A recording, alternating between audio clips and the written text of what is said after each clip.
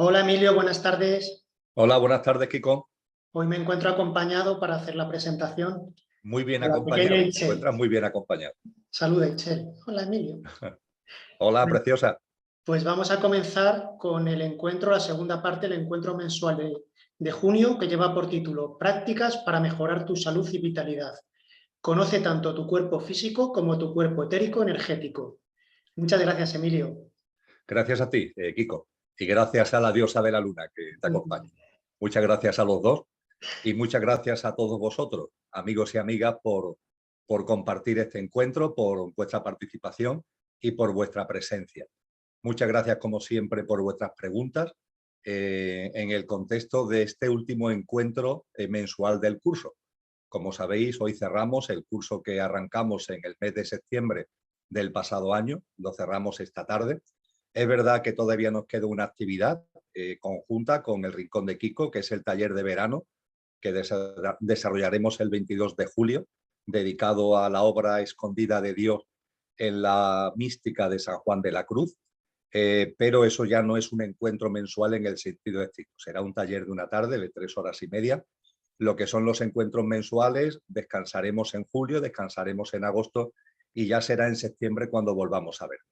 Pero ahora en el aquí y ahora lo que vamos a hacer es intentar responder lo mejor posible a vuestras preguntas, sacarle jugo a vuestras aportaciones en el contexto de lo que fue la exposición de hace hoy exactamente una semana, del pasado día 10 de junio, y habéis realizado un total de 68 preguntas y aportaciones que tienen que ver con el cuerpo físico o el cuerpo etérico, directa o indirectamente. Y habéis hecho también un buen número de preguntas que se salen del ámbito temático en el sentido estricto de este encuentro mensual. Lo que voy a hacer es que voy a comenzar por las 68 preguntas que se corresponden con la temática del encuentro y más adelante, si da tiempo, iré abordando otras cuestiones que habéis planteado, donde hay dos bloques fundamentales, uno que tiene que ver con la consciencia, el consciente, el inconsciente y el subconsciente, y un bloque muy amplio con relación a preguntas relativas a la mente. Ya veremos hasta dónde podemos llegar. Ahora nos vamos a centrar en estas 68 preguntas relativas, directa o indirectamente, repito, con el cuerpo físico y con el cuerpo etérico. Aunque voy a comenzar con tres cuestiones que podríamos denominar preliminares, tres cuestiones preliminares que abordaré de forma especialmente rápida y que nos dará ya paso a las preguntas en primer lugar con relación al cuerpo físico denso, a nuestro cuerpo físico como tal. Las cuestiones preliminares que quiero compartir con vosotros, gracias a lo que vosotros habéis compartido, son las siguientes. La primera, ¿por qué siempre haces mención a las sabias y sabios de los tiempos pasados, los cuales respeto, y nunca haces referencias a los actuales? Te supongo enterado que actualmente hay algunos canales que también aportan información, sobre todo del próximo y cercano cambio evolutivo, de los que tengan el vaso casi lleno de aceite. Efectivamente, amigo o amiga que formula esta aportación, es cierto que hago mucha referencia a los maestros y maestras y a los sabios y sabias de todas las épocas y de todas las culturas a lo largo de la historia de la humanidad. No digo con esto que actualmente no haya sabios y sabias, por favor, no es mi intención bajo ningún concepto. Lo que sí quiero que entendáis es que cuando uso esta expresión de sabios y sabias, me refiero a personajes insignes que han marcado la historia del proceso evolutivo desde la espiritualidad y desde la consciencia, también desde otras ramas del saber, como puede ser la filosofía o la ciencia, pero son personajes insignes, hombres y mujeres, que han marcado, insisto, el proceso evolutivo de la humanidad. Cuando hago referencia a estos sabios y sabias, a estos maestros y maestras, estoy haciendo referencia a Siddhartha Gautama Buda, a Lao Tse o a Confucio. Estoy haciendo referencia, por ejemplo, a Zoroastro, a los profetas hebreos. Estoy haciendo mención a los grandes sabios de la Grecia clásica, de Parménides, a Pitágoras, a Platón, etcétera, etcétera. Estoy haciendo referencia a personajes como Hipatia, como Amonio de Saca, en todo lo que fue el movimiento neoplatónico, los hombres y mujeres que han estado detrás de las escuelas de misterios del Antiguo Egipto, que han estado detrás de todo lo que fue la conformación de la hipnosis y todo lo que ello conllevó a partir del siglo II, del siglo III, Estoy haciendo mención a sabios cristianos como Isidoro de Sevilla o a los místicos cristianos como San Juan de la Cruz, Teresa de Jesús, Miguel de Molino, Fray Luis de León. Estoy haciendo referencia a los grandes sabios de la mística islámica como Ibn Arabi, como Geber, como Al-Halal, como Rumi. Estoy haciendo referencia con esta expresión de sabios y sabias a Elena Blavatsky, a Rudolf Steiner, a Albert Einstein. Es decir, estoy haciendo referencia con todo ello a personajes absolutamente insignes. No digo que en la actualidad no lo haya, pero yo diría que para saber los sabios y sabias de la actualidad tendremos que esperar un poco. Se me olvidaba yo que sea Tesla, en fin, la lista es tan enorme que el riesgo que corro es que dejo a la mayoría fuera, que dentro son mucho más los que no cito que los que cito, pero creo que los ejemplos que he puesto son suficientemente expresivos de lo que quiero hacer mención con esto de sabios y sabias. No digo que en la actualidad no haya hombres y mujeres sabios y sabias, no digo en absoluto eso, pero sin ningún tipo de dudas tendremos que tener una cierta perspectiva de tiempo para saber cuáles son los sabios y sabias de nuestra época.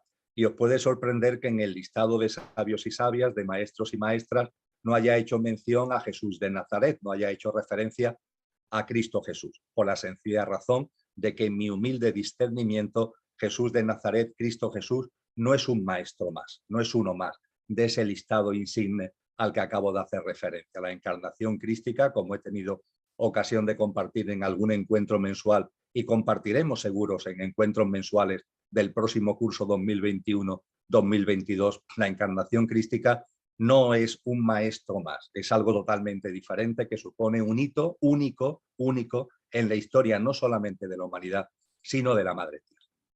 Una segunda cuestión preliminar que planteáis es cómo se puede identificar si una persona tiene todos sus cuerpos bien integrados.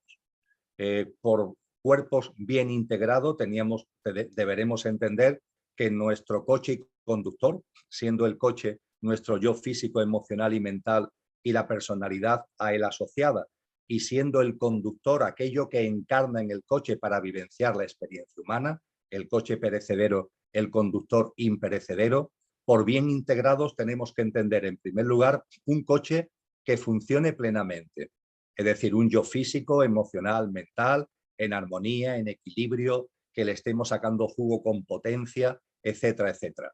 Por ejemplo, dentro de ese yo físico, emocional y mental está el cuerpo físico y el cuerpo etérico que nos está ocupando en este encuentro mensual.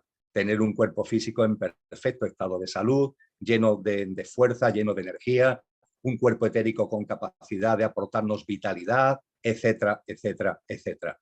Y además de eso, para que podamos decir que nuestros cuerpos están integrados, ese coche tiene que estar al servicio del conductor. El conductor tiene que haber tomado los mandos conscientes del coche, no un coche que vaya por ahí cual coche loco sin un mando consciente bajo la batuta del ego, sino un coche que ya esté dirigido desde nuestro yo superior, desde lo que realmente somos, y donde ese conductor hace acto de presencia y esa presencia se manifiesta en nuestra vida cotidiana. Y precisamente esta es la mejor identificación, es decir, los hombres y mujeres que en el momento actual o los hombres y mujeres que a lo largo de la historia han alcanzado esa integración, esa armonía, ese equilibrio y esa dirección del coche desde el conductor se caracterizan por su presencia, por su presencia.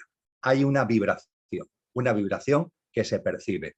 Hay algo ahí que no se puede quizá definir con palabras, pero que se percibe claramente cuando estamos delante de un hombre o de una mujer que está en esa integración, que está en ese equilibrio y que está en esa presencia. Tiene que ver con la alta vibración que transmite el ser humano que ha alcanzado esa integración, entre comillas, de sus cuerpos. Por tanto, la identificación se produce más que por sus palabras, más que por lo que puedan decir, más que por sus obras, aunque por supuesto sus obras y sus palabras son pistas importantes, pero sobre todo y fundamentalmente por la vibración que su presencia genera, por la alta frecuencia vibracional que su presencia. Y como tercera y última cuestión preliminar, me planteáis la pregunta acerca de que si la meditación ayuda a integrar el yo superior y el pequeño yo. Bien, la meditación tiene como objetivo fundamental la educación de la mente, la educación de la mente.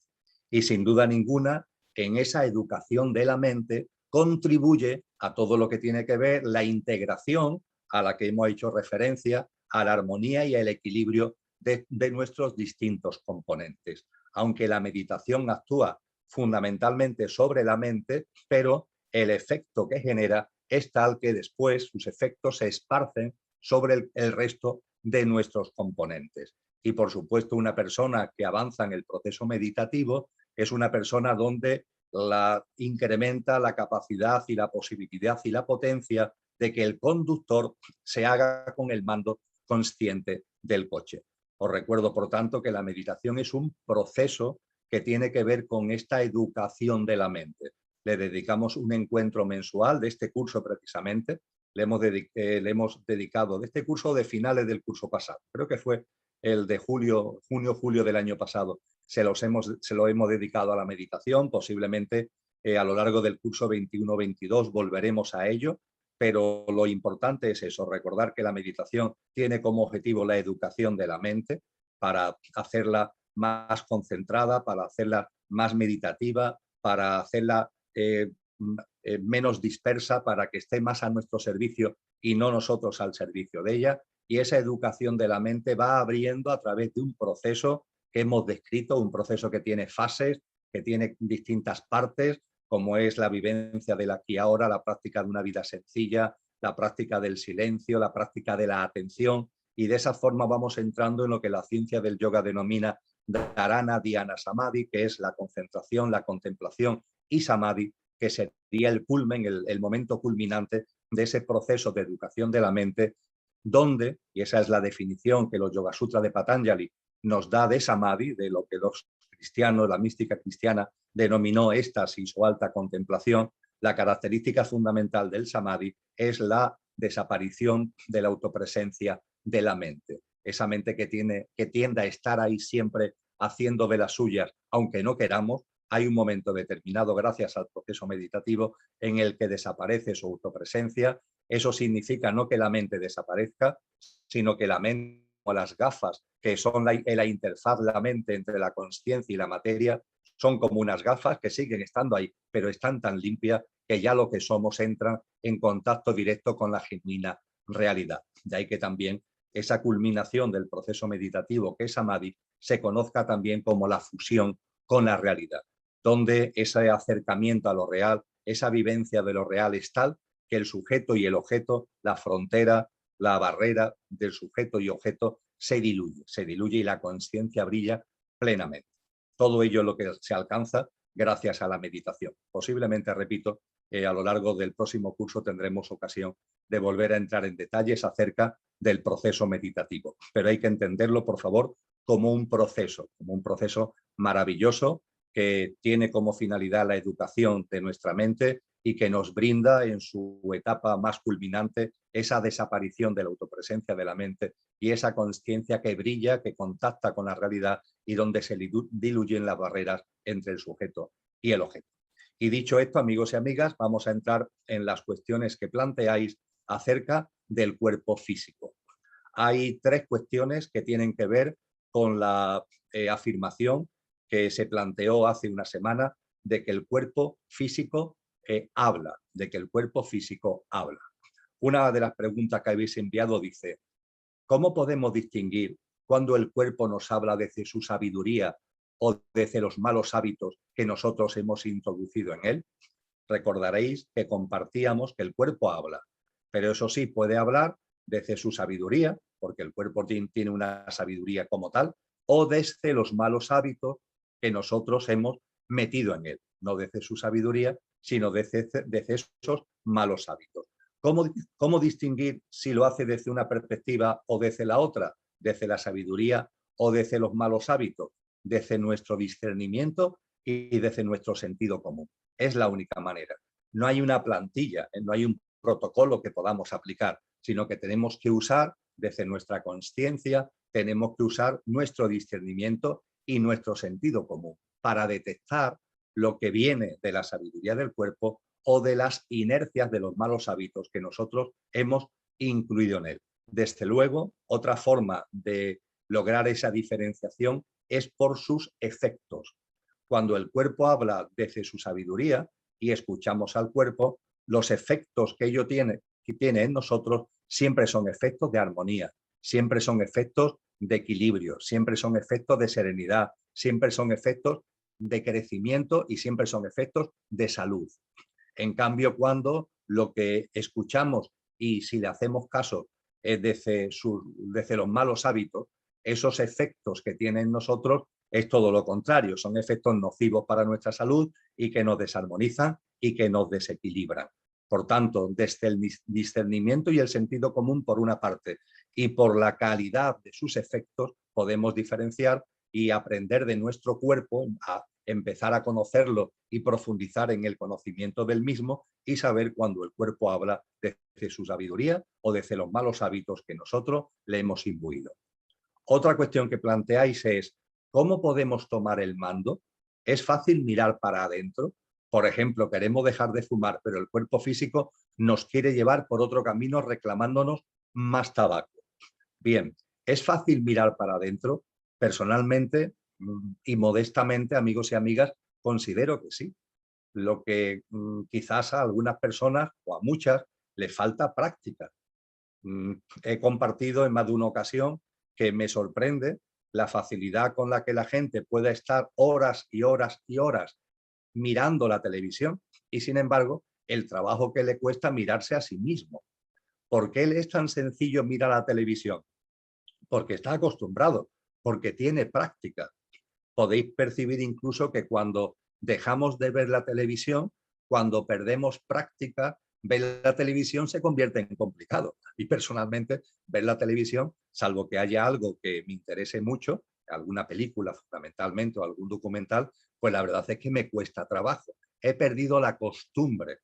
Hay otras personas, sin embargo, que son capaces de estar horas y horas y horas todos los días viendo la televisión porque lo practican frecuentemente y están acostumbrados. Pues bien, con relación a mirarnos a nosotros mismos, mirar hacia adentro, exactamente igual. En la medida en que lo vamos practicando, eso va formando parte de nuestra vida y esa pretendida dificultad se va convirtiendo en facilidad. Por tanto, mirar hacia adentro es fácil cuando se practica y es difícil cuando no hay una práctica con relación a ello. Pero lo mismo sucede cuando miramos, por ejemplo, a la televisión, como he intentado explicar. ¿Y cómo podemos tomar el mando? Ya nos referíamos que cuando el cuerpo habla, nosotros lo escuchamos y decidimos desde nuestro discernimiento, desde nuestro sentido común, debemos decidir si le hacemos caso o no le hacemos caso. Deberíamos hacerle caso si habla desde la sabiduría. Deberíamos no hacer caso al cuerpo cuando habla desde los malos hábitos que nosotros hemos insertado en él. Finalmente nosotros, desde nuestro discernimiento y sentido común, tomamos la decisión y a partir de ahí el cuerpo debe hacernos caso. Pero claro, hay que tomar el mando porque ciertamente el cuerpo tiene una inercia, el cuerpo tiene una resistencia, sobre todo desde esos malos hábitos a los que hemos hecho mención. ¿Y cómo tomar el mando? Pues ya compartíamos que se necesita una práctica moderada de autodisciplina. Es importante que en nuestra vida cotidiana con relación al cuerpo físico haya elementos, haya prácticas de moderada autodisciplina. Algo tan sencillo como yo voy a salir a andar para no caer en una vida sedentaria, yo qué sé, 4 días a la semana, 5 días a la semana, 45 minutos al día. Y habida cuenta de mi agenda laboral, de mis actividades varias, de mis compromisos familiares, la hora que mejor me viene es, imaginaros, de 19:30 a 20:15 de la tarde. Bueno, pues de 19:30 a 20:15 de la tarde durante 4 días a la semana, llueva o no llueva, haga frío o haga calor, yo salgo a pasear. Y a veces el cuerpo se va a resistir, pero tú tomas el mando y eso se hace porque tú lo has decidido. Prácticas como esta ayudan a que el cuerpo, que es sabio, se vaya dando cuenta de quién tiene el mando y que cuando vosotros decís A es A y si decís B es B. Podemos tomar el mando, por tanto, a través de prácticas de moderada autodisciplina del cuerpo físico. Y por fin, todavía en este contexto del cuerpo físico que habla, planteáis, cuando el cuerpo físico te habla desde su sabiduría y no le haces caso, luego ves las consecuencias y no quieres volver a repetirlo. ¿Cómo puedes ampliar la consciencia para la siguiente vez sí hacerle caso? Perfecto. Esta cuestión es una especie de resumen de lo que hemos recordado en estos minutos de arranque. ¿Cómo podemos ampliar nuestra consciencia para la siguiente vez sí hacerle caso? Muy bien, pues permitirme que acuda nuevamente, porque es una práctica que sirve para muchas cosas y también sirve para esto, que acuda a la nariz vertical, que acuda a la nariz vertical. El cuerpo ha hablado desde su sabiduría. No le habéis hecho caso y eso ha tenido en vosotros efectos nocivos. Pues bien, aplicarle la nariz vertical. Os observáis, tomáis conciencia de lo que ha pasado, el cuerpo ha hablado de su sabiduría, no le habéis hecho caso, eso os ha repercutido negativamente, nocivamente a vosotros, tomáis conciencia de eso y la tercera pata de la nariz vertical se acepta. Autoobservación, toma de conciencia y aceptación, a ser posible con una sonrisa para que la aceptación sea aún más completa y aún más intensa. Aceptáis que el cuerpo ha hablado desde su sabiduría y que vosotros lo habéis ignorado y que eso ha repercutido nocivamente desde la perspectiva del cuerpo físico. Tomáis conciencia y lo aceptáis. Y ya hemos compartido en otros encuentros que esta práctica de la nariz vertical es un disolvente. Va a permitir que cada vez más vuestra conciencia esté presente y va a permitir que ese no hacer caso al cuerpo desde su sabiduría se produzca en vuestra práctica cada vez menos y que cuando se produce tenga menos efectos nocivos porque posiblemente tengáis capacidad de respuesta más rápidamente.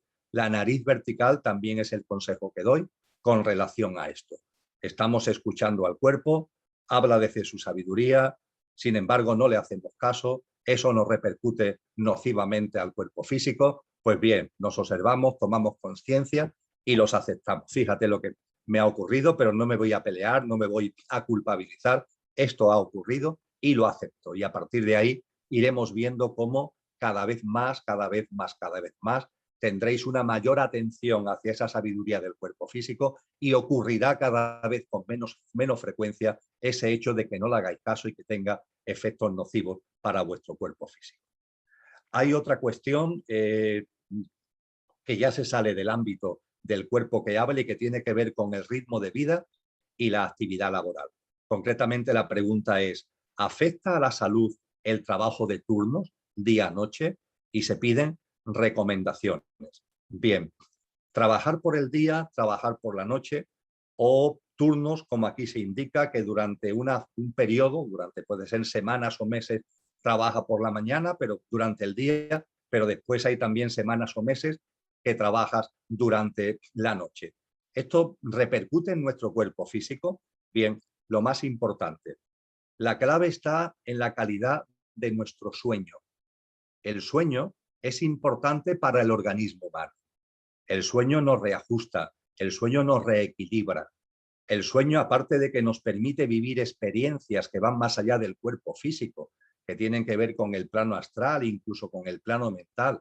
Además de eso, el sueño nos regenera al cuerpo entero, no solamente es algo que tenga que ver con el cerebro, nos regenera íntegramente, nos proporciona descanso y nos proporciona unos movimientos energéticos también en ese descanso, en ese sueño, que nos reequilibra y nos sincroniza con nosotros mismos. Pues bien, a partir de ahí, lo importante, insisto, es la calidad del sueño. Hay personas que trabajando por la noche no pierden calidad en el sueño que tienen que realizar durante el día. Otras personas sí. Hay personas que teniendo turnos y cambios de turnos día y noche no pierden calidad del sueño y otras personas sí la pierden.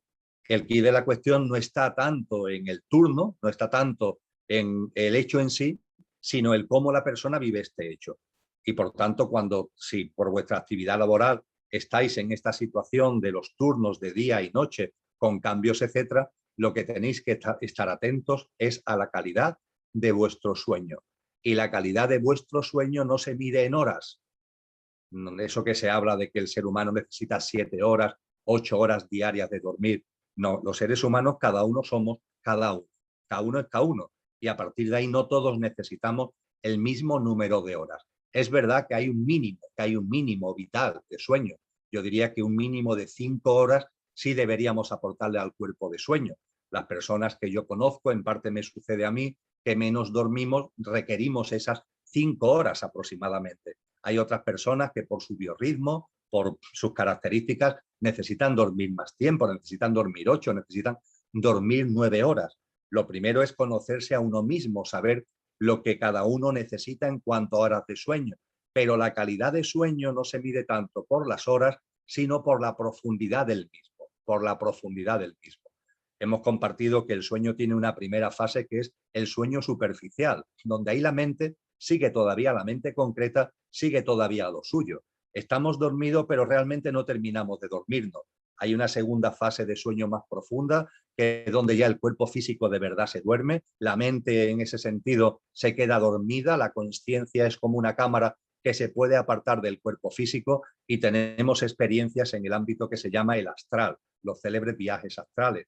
Pero lo aconsejable es un sueño todavía más profundo, donde el plano al que llegamos no es el plano astral, sino que es el plano mental, donde nuestro cerebro en ese momento lanza unas vibraciones tipo REM que son muy parecidas, su frecuencia vibracional, a las vibraciones que tiene el cerebro cuando estamos viviendo estados meditativos profundos. Hay una enorme similitud de frecuencia vibracional. Este es el sueño más reparador, este es el sueño más aconsejable, este es el sueño que abre además toda la perspectiva de sueños lúcidos, etcétera, etcétera. Este es el sueño más aconsejable, esta fase tercera, por así decir, y la que nos aporta un sueño más reparador. Eso sí, para llegar a ese estado de sueño hace falta que nuestro mundo emocional, hace falta que nuestro mundo mental esté sin turbulencias, sin demasiadas perturbaciones. Es necesario que nuestros cuerpos en general, físico, etérico, emocional, mental, estén en armonía, porque si no llegar a esa fase profunda del sueño se hace difícil. Se hace difícil porque todos esos removimientos que pueda haber en nosotros dificulta que pueda haber ese dormirse tan profundamente. En definitiva, para pasar a otras preguntas, el quid de la cuestión, la recomendación, cuando hablamos de turnos laborales de día y de noche, es estar atentos a la calidad del sueño, que no se mide tanto por el número de horas, sino por la sensación que podemos tener cuando nos despertamos de que el sueño ha sido reparador, del que el sueño ha sido profundo, y no digamos ya cuando tenemos la percepción de haber tenido algún tipo de sueño lúcido, de algún tipo de sueño donde se nos aporta cuestiones que tienen que ver incluso con respuestas a preguntas sobre cuestiones de conciencia que nos estábamos formulando. Eso es señal de que hemos llegado a ese sueño tipo REM, a ese sueño profundo, que es el realmente reparador. Por tanto, atención a la calidad del sueño como respuesta a la pregunta que se ha planteado sobre los turnos laborales de día y de noche. Hay varias preguntas, amigos y amigas, en relación a la alimentación, concretamente 4. Vamos a ello. Me gustaría saber tu opinión sobre los peces en la alimentación. Siempre se habla de no comer carne, y lo entiendo, pero no oigo hablar de los peces. Mejor dicho, acabo de leer en lo de la alimentación que el pez es menos denso que la carne. ¿Qué diferencia hay entre un pez y una verdura? Mirad, amigos, el esquema que ese gran maestro y sabio que fue Leonardo da Vinci describió maravillosamente, el esquema es muy sencillo. Todas las formas de vida tienen vida y tienen todos los componentes que tiene el ser humano. Es decir, tiene un mundo físico, un mundo energético etérico, un mundo emocional y un mundo mental. Y también hay una presencia de la chispa divina, por decirlo de alguna manera. Todas las formas de vida, da igual a qué reino pertenezcan. Las enciclopedias nos hablan de 4 reinos: el mineral, el vegetal, el animal y el humano. En los textos esotéricos se nos dice que hay otros reinos elementales, previos incluso al reino mineral. Pero para lo que voy a compartir nos bastan y nos sobran concentrarnos en estos 4 grandes reinos. En los cuatro hay un componente físico y energético, hay un componente emocional y hay un componente mental. También en los minerales, Y la única diferencia es la potencia, la intensidad de la presencia de estos componentes. Obviamente lo físico es bastante evidente, ¿verdad? En lo mineral, en lo vegetal, en lo animal y en lo humano. Subyacente a lo físico siempre está lo etérico, siempre está lo energético, tal como hablamos hace una semana. Por tanto, lo energético y etérico está ahí en el mineral, en el vegetal, en el mundo animal y en el mundo humano. El mundo emocional, todo lo que tiene que ver con las emociones, todos los reinos tienen un mundo emocional, todos sin excepción. La diferencia es la intensidad de ese mundo emocional. Y lo que marca fundamentalmente la diferencia es el sistema nervioso, la existencia o no de un sistema nervioso, porque el sistema nervioso es el gran componente que hace que la sensación de placer y de dolor se viva con una intensidad que no se puede vivir si no se tiene sistema nervioso. Esto significa que el mundo mineral y el mundo vegetal, claro que tienen el reino mineral y el reino vegetal, claro que tienen un mundo emocional, pero no lo tienen con la intensidad que lo tiene el reino animal y el género humano, donde al tener sistema nervioso, la capacidad de tener placer y dolor es el mismo en un animal que en un ser humano, al tener sistema nervioso. Aunque es cierto que dentro de los animales la gama es muy amplia y a lo que tenemos que estar atentos es precisamente a la configuración del sistema nervioso en cada animal para a partir de ahí detectar la mayor o menor capacidad de placer y de dolor que cada uno va a tener, porque va a depender de la contextura y de la configuración de su sistema nervioso. Y por supuesto, tanto en el reino mineral como en el reino vegetal, como en el reino animal, como en el reino humano, hay mundo mental. La diferencia está en la potencia, en la potencia. Y ahí donde se da un salto cualitativo, es la gran diferencia, es en el género humano, porque el género humano tiene la capacidad de desarrollar un nivel superior de la mente, que es la mente abstracta, ligado también a una capacidad de autoconsciencia desde la mente concreta que no tienen los demás reinos. Este es el esquema simple que debemos tener siempre muy presente. Es un esquema muy simple y a partir de ahí, en consciencia, la alimentación que se nos aconseja es una alimentación que no dañe a las otras formas de vida y que repercuta lo más positivamente en nosotros desde el punto de vista de la nutrición. Y desde el punto de vista de la compasión y del no daño a la otra forma de vida, el mundo mineral no lo podemos ingerir porque nuestro organismo no tiene capacidad para ingerirlo, pero sí podemos ingerir el mundo vegetal y podemos ingerir formas de vida del mundo animal. ¿Cuál es la diferencia entre el vegetal y el animal? Que el vegetal no tiene sistema nervioso y por tanto el placer y el dolor no lo viven. Viven otras emociones, pero no viven el placer y el dolor, cosa que sí tienen los animales, sobre todo animales que tienen el sistema nervioso más desarrollado.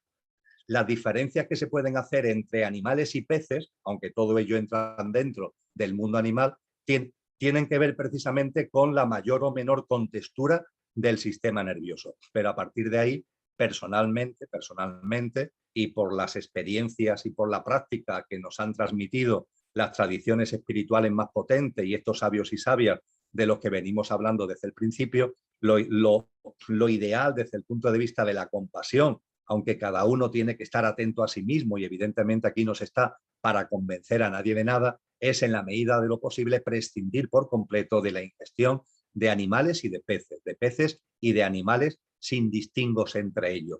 Hay personas que dicen, bueno, pero es que los moluscos no tienen el sistema nervioso que tiene un atún, pongamos por caso, con lo que yo no como atunes, pero sí como mejillones. Bueno, yo en esas disquisiciones, por favor, os pido que cada uno, desde su discernimiento, desde su sentido común, desde su conocimiento de causa, tome las decisiones que considere oportuno. Pero el esquema es muy simple.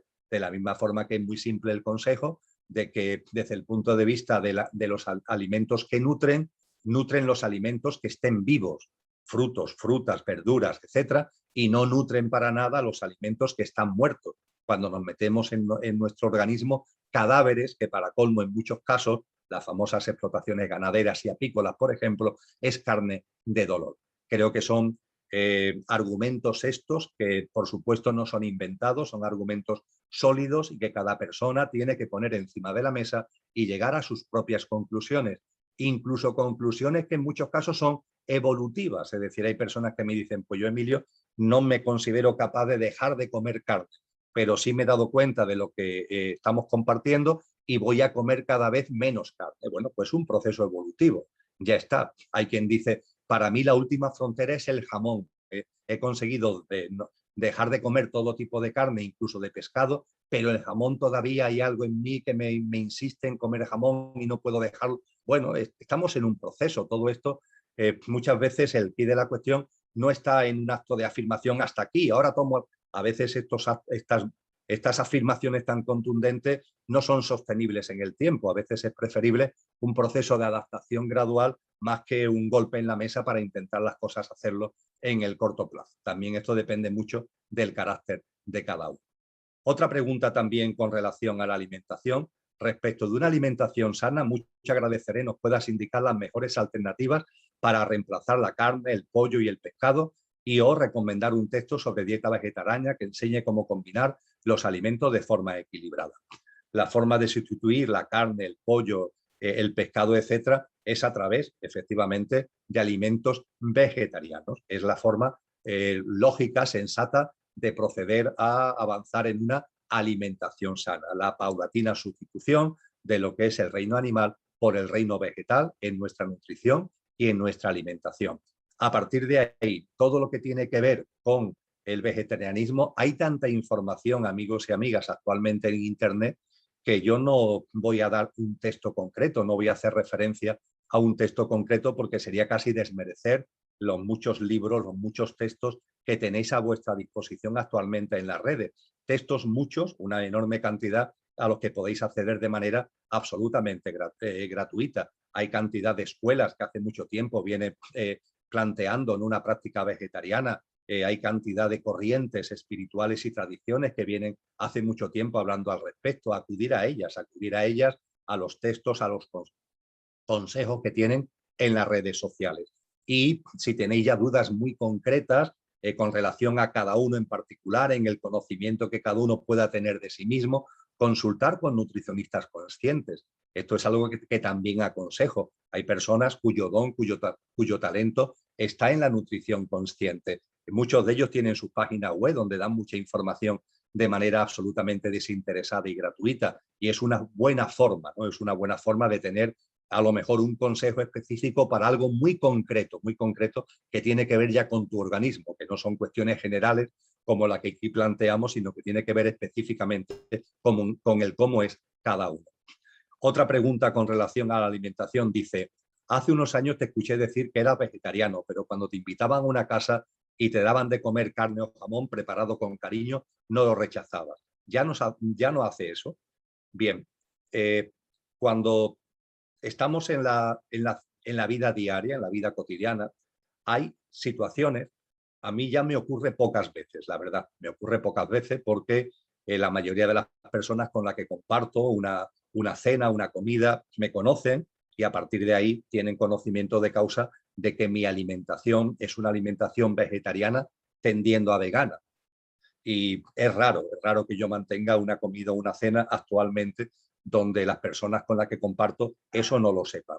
Y a partir de ahí, el mayor respeto desde el punto de vista de que yo tengo amigos y amigas vegetarianos que no consiente compartir la mesa con personas que están comiendo carne. Personalmente, yo respeto ese posicionamiento, insisto, el posicionamiento de personas veganas y vegetarianas que se niegan a compartir mesa cuando otra persona en esa mesa está comiendo carne. Yo respeto ese posicionamiento, pero no es el mío. No es el mío. Es decir, yo puedo entender y entiendo que hay una persona que por su proceso en estos momentos ingiera carne. Es verdad, y no lo puedo ocultar, que el hecho de que alguien se esté comiendo cerca de mí un cadáver, es verdad que eso produce en mi mundo emocional un cierto removimiento, pero que armonizo, pero que equilibro, etcétera, etcétera. Pero tengo ese respeto, por así decir. Y sobre todo hace ya unos años, como dice muy bien la pregunta, sí me he encontrado en situaciones donde hay personas que lo que me ofrecen, en una invitación porque he ido a no sé dónde, en su casa porque he ido a no sé dónde y me reciben en su casa, lo que me ponen por delante es una alimentación que no es vegana ni vegetariana. Entonces, ¿qué hago? Pues la verdad es que entonces lo que hago es comer lo menos posible e intento disimular. Por ejemplo, en muchas ocasiones, amigos y amigas, me ha pasado que me han puesto por delante un plato de carne, cosa que no como, pero la carne tiene patatas. Bueno, pues yo lo que hago es disimuladamente coger patatas. Más que coger trozos de carne, lo que hago es coger patatas. Y en el contexto de la conversación, normalmente la gente o no se da cuenta o si se dan cuenta, no me dicen absolutamente nada. Ahí cada uno, por tanto, tiene que calibrar cómo computa ese respeto a los otros. Yo hablo con claridad de cuál es mi dieta alimenticia, las razones que me llevan a tener a ella, pero respeto absolutamente lo que cada cual pueda percibir, lo que cada cual pueda sentir, más, aunque insisto que por vuestra propia salud, no ya por la compasión hacia el mundo, hacia la vida, hacia la naturaleza, que yo creo que es lo fundamental, pero en fin, si eso todavía una persona por lo que sea no lo computa, incluso por la salud de uno, por algo tan egoico y egocéntrico como es mi propia salud, es evidente que alimentos muertos, si utilizamos el sentido común, es fácil deducir que alimentos muertos, que son además carne de dolor, cadáveres que son además cadáveres de dolor, no pueden hacer ningún beneficio a nuestro organismo. Y por fin hay una última pregunta con relación a la alimentación que nos dice, he realizado algún que otro ayuno de 1 y 3 días máximos. Ahora estoy bastante delgada. ¿Es apropiado realizar ayunos en este caso? Los ayunos, su realización o no, no tiene nada que ver con la báscula, no tiene nada que ver con el peso. Eso sí, hay que estar atento a la energía vital. A eso sí hay que estar atento, a la fuerza, esa fuerza vital a la que volveremos ahora cuando hablemos del cuerpo etérico. La clave no está en lo que peses, sino en la fuerza que tengas, en la fuerza vital que tú tengas. Hay personas que son muy obesas y que, aunque pesan mucho, no tienen esa fuerza vital. Hay personas delgadas que tienen esa fuerza vital. Personalmente, fijaros, haciendo una reflexión en voz alta, trasladando los pensamientos que se me pasan por mi cabeza en este momento a lo que estoy hablando, si me pongo a mirar en mi entorno, yo conozco a personas que tienen mucha fuerza vital y la mayoría suelen ser más bien delgadas, incluso sumamente delgadas, más que obesas.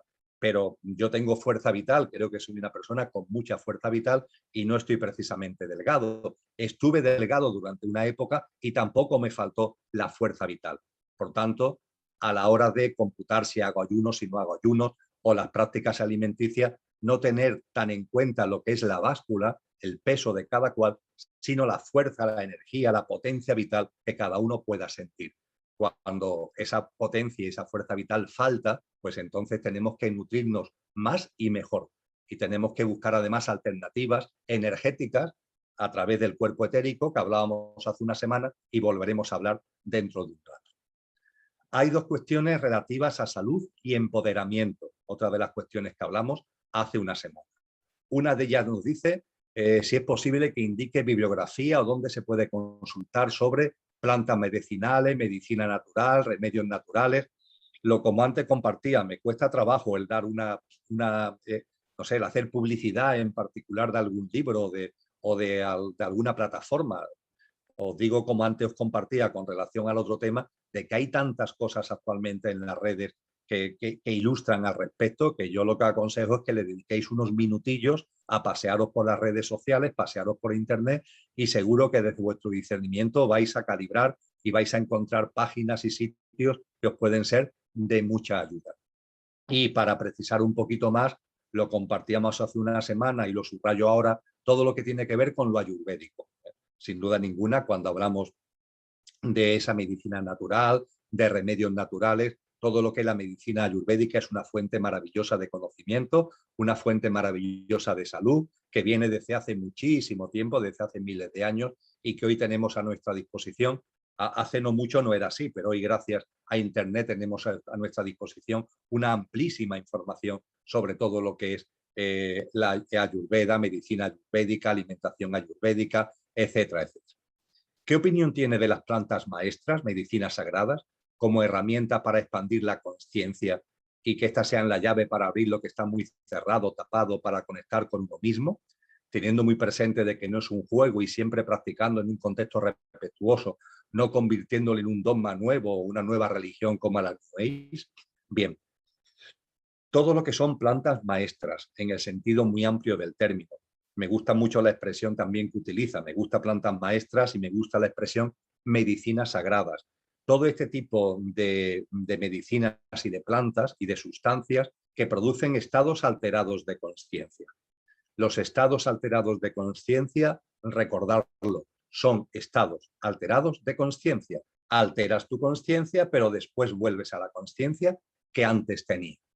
Entonces, hay el riesgo de la práctica con este tipo de plantas, con este tipo de medicinas sagradas, que te gusta la experiencia del estado alterado de conciencia y ese estado desaparece, pero lo quieres volver a repetir. Vuelves otra vez a ingerir esa sustancia, esa medicina, esa planta, vuelves a tener un estado alterado de conciencia que vuelve otra vez a caer y vuelves a echarlo en falta y vuelves nuevamente a tomar esa sustancia, esa medicina, esa planta para vivir un nuevo alterado de conciencia. Así que es lo que puede suceder, que eso termine en una adicción, que eso termine en una adicción. Y tengo amigos y amigas, conocidos y conocidas que han caído en esa adicción. Ya está. Ese es un riesgo que tenemos que ser conscientes. Y por tanto, como se dice muy bien en el propio planteamiento de la persona que ha formulado esta cuestión, hay que tener presente que esto no es un juego y que hay que practicarlo en un contexto muy respetuoso y sabiendo que esto no es un juego. Entonces, ¿para qué puede servir estos estados alterados de conciencia? Bueno, puede servir si el estado alterado de conciencia te permite vivir una experiencia que tú haces tuya y que cuando el estado alterado de conciencia desaparece, esa experiencia la tienes tú y eso te permite caminar con mayor conciencia en tu cotidianidad. Es decir, la experiencia que te aporta el estado alterado de conciencia te da una experiencia vital, te da una experiencia consciencial que cuando el estado alterado desaparece, esa experiencia sí la tienes en ti y la integras en ti, incrementando tu estado de conciencia para tu cotidianidad.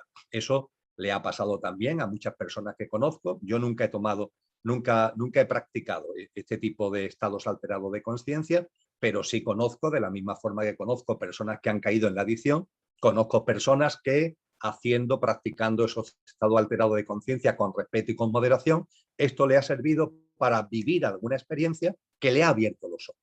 Y esos ojos, aunque desaparezca el estado de conciencia, esos ojos, esa mirada nueva, la llevas contigo. Y eso te permite caminar en tu cotidianidad con una conciencia distinta. Por tanto, como en todo, volvemos a utilizar estos términos, que soy muy pesado con ellos, pero discernimiento y sentido común. No se trata de cerrar las puertas a nada. Quien de alguna forma sienta, perciba que quiere experimentar, que quiere tener esa vivencia con relación a estas plantas maestras, estas medicinas sagradas, que lo haga, pero con respeto, con moderación, sacándole jugo desde el punto de vista de no su repetición adictiva, sino a ver si abre alguna puerta que de alguna forma pueda darme a mí alguna pista que una vez que me la da, ya la voy a tener en mi vida cotidiana, la voy a tener en mi camino consciencial ordinario y cotidiano. Entramos ahora, amigos y amigas, con relación a las enfermedades.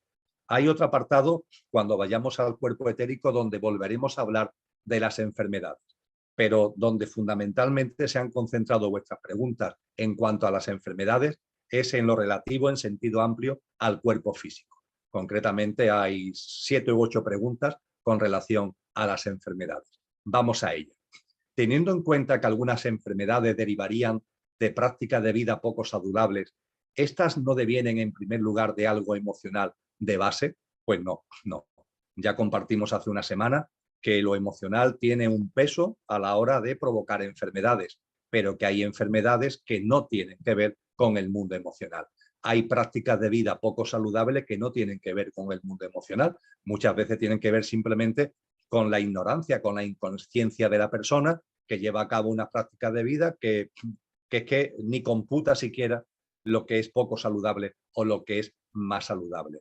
Y por supuesto que hay otras muchas enfermedades de las que hablamos hace una semana que no tienen ese trasfondo emocional. Por tanto, lo emocional es una fuente de enfermedad.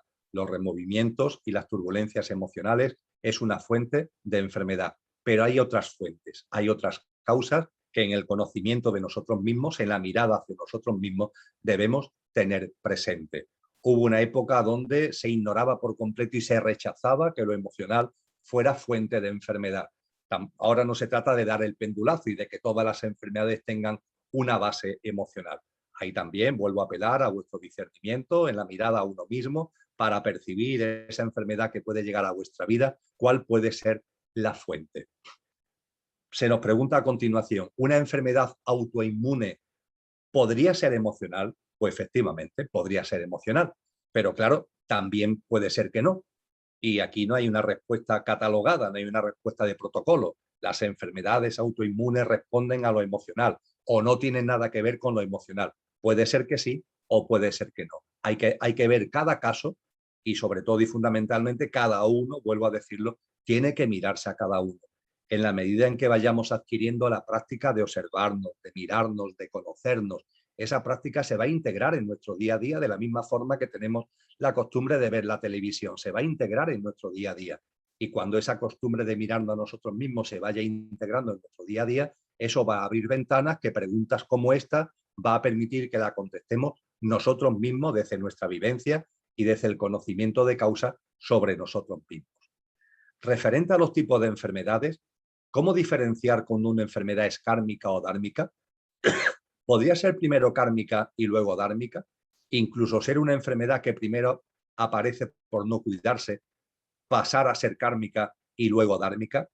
Bien, ciertamente entre los distintos tipos de enfermedades hay una relación de vasos comunicantes.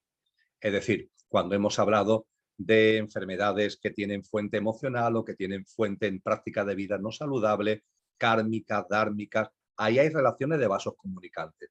Y esos vasos comunicantes puede hacer que una enfermedad que de una tipología, en el proceso que tiene que ver con nuestra evolución de conciencia, no tiene que ver tanto con lo fisiológico como por lo que implica en nuestro proceso de evolución de conciencia, tenga este tipo de transformación a la que hace referencia la pregunta. Pero lo más importante, amigos y amigas, es tener claro el esquema, aun sabiendo que hay una relación de vasos comunicantes.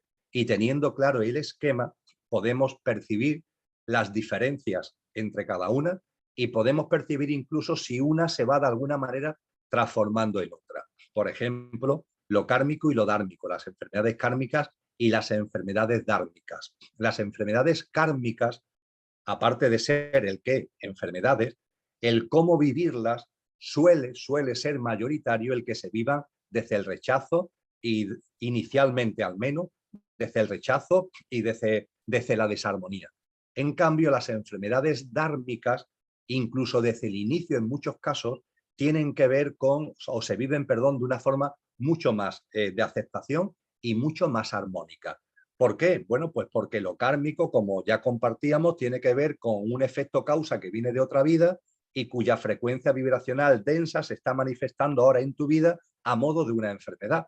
Lo dármico, en cambio, es una enfermedad que tiene que ver con tu propósito de vida. Las frecuencias vibracionales son distintas. Lo kármico tiene una frecuencia vibracional densa y lo dármico tiene una frecuencia vibracional alta. Y la persona que vive la enfermedad kármica o la persona que vive la enfermedad dármica la vive de forma distinta porque es que la frecuencia vibracional es distinta. Puede ser que la enfermedad incluso aparentemente sea la misma dolencia desde el punto de vista del diagnóstico médico, pero la razón profunda que está detrás es totalmente diferente. Y eso facilita que la dármica se viva de una manera más armónica y que la otra, normalmente, durante un tiempo, la persona que lo vive lo esté viviendo como una especie de reto que tiene por delante a la hora de gestionar estas circunstancias que se están apareciendo.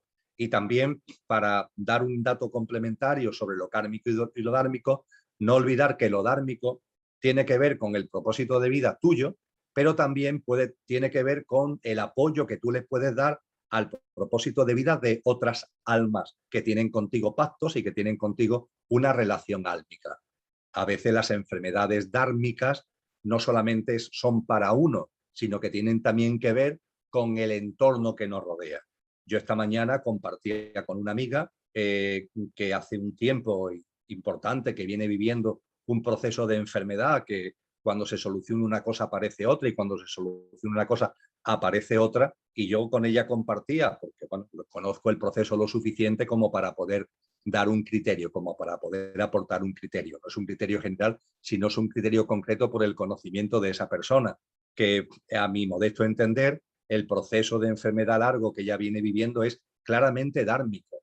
Ese proceso dármico ha tenido una fase que tiene que ver con ella, es decir, una enfermedad dármica que aparece y que tiene que ver con impulsar su propósito de vida, impulsar su proceso consciencial. Es algo, por tanto, querido, deseado desde el punto de vista de su alma.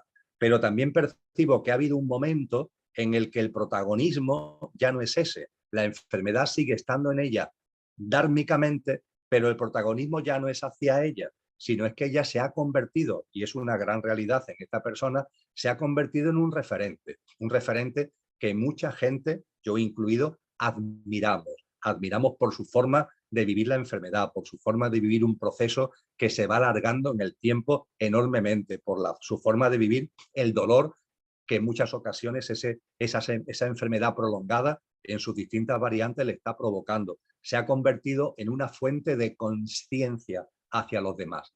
Dármicamente es una elección de su alma, se ha convertido en una fuente de conciencia hacia los demás. Ha dejado atrás ya una fase en la que era un factor de impulso de su propia conciencia para convertirse en una fuente y en un impulso de conciencia hacia los demás. Todos estos juegos, por decirlo de alguna forma, se dan cuando tenemos claro el esquema de las distintas enfermedades. Lo importante es tomar conciencia, amigos y amigas. Tomemos conciencia de lo que compartíamos la semana pasada, las distintas causas, por tanto, la tipología amplia de enfermedades. Tomemos conciencia y a partir de ahí, de esa toma de conciencia, se va a ampliar nuestra mirada, se va a ampliar nuestra conciencia y con esa mirada aplicada con perseverancia, se van ahí abriendo campos que en un momento determinado previo nos podrían parecer inimaginables. Pero una vez que la conciencia se va abriendo, la conciencia se abre exponencialmente. No olvidéis que la conciencia, como parafraseando a los de la rebelión de los brujos, los autores de la rebelión de los brujos, parafraseando lo que allí se dice, en la conciencia opera como los paracaídas, es decir, solo funciona cuando se abre.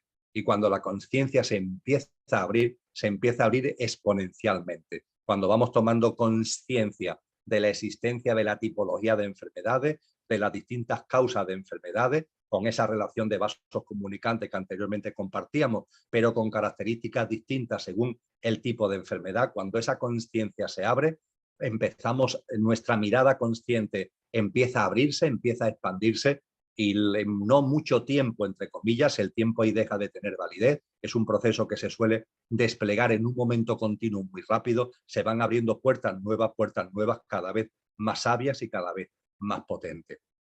¿Las enfermedades emocionales, kármicas y dármicas se pueden revertir? Sí, claro que sí, claro que sí. Las enfermedades emocionales aparecen por una causa, las kármicas aparecen por una causa, las dármicas aparecen por una causa y cuando en consciencia se ha gestionado la causa, la enfermedad desaparece. El porqué de la enfermedad se diluye cuando le hemos sacado el jugo a esa enfermedad. Una vez que le hemos sacado el jugo, una vez que le hemos sacado el fruto, desde nuestra conciencia, la enfermedad se diluye. Las únicas enfermedades que no se diluyen, que no revierten, son las terminales, las que hace una semana denominábamos terminales, que son las que llegan a nuestro organismo para que el coche se pare y el conductor desencarne. Ahí la tipología, el síntoma, la clase de enfermedad puede ser muy distinta, pero esa es la finalidad, que el coche se pare. Esas no son reversibles porque llegan para lo que llegan. Llegan, dicho con claridad, para que muramos, fallezcamos físicamente y continuemos nuestro proceso de conciencia en el tránsito y en la ida hacia el plano de luz. ¿Cómo podemos empoderarnos?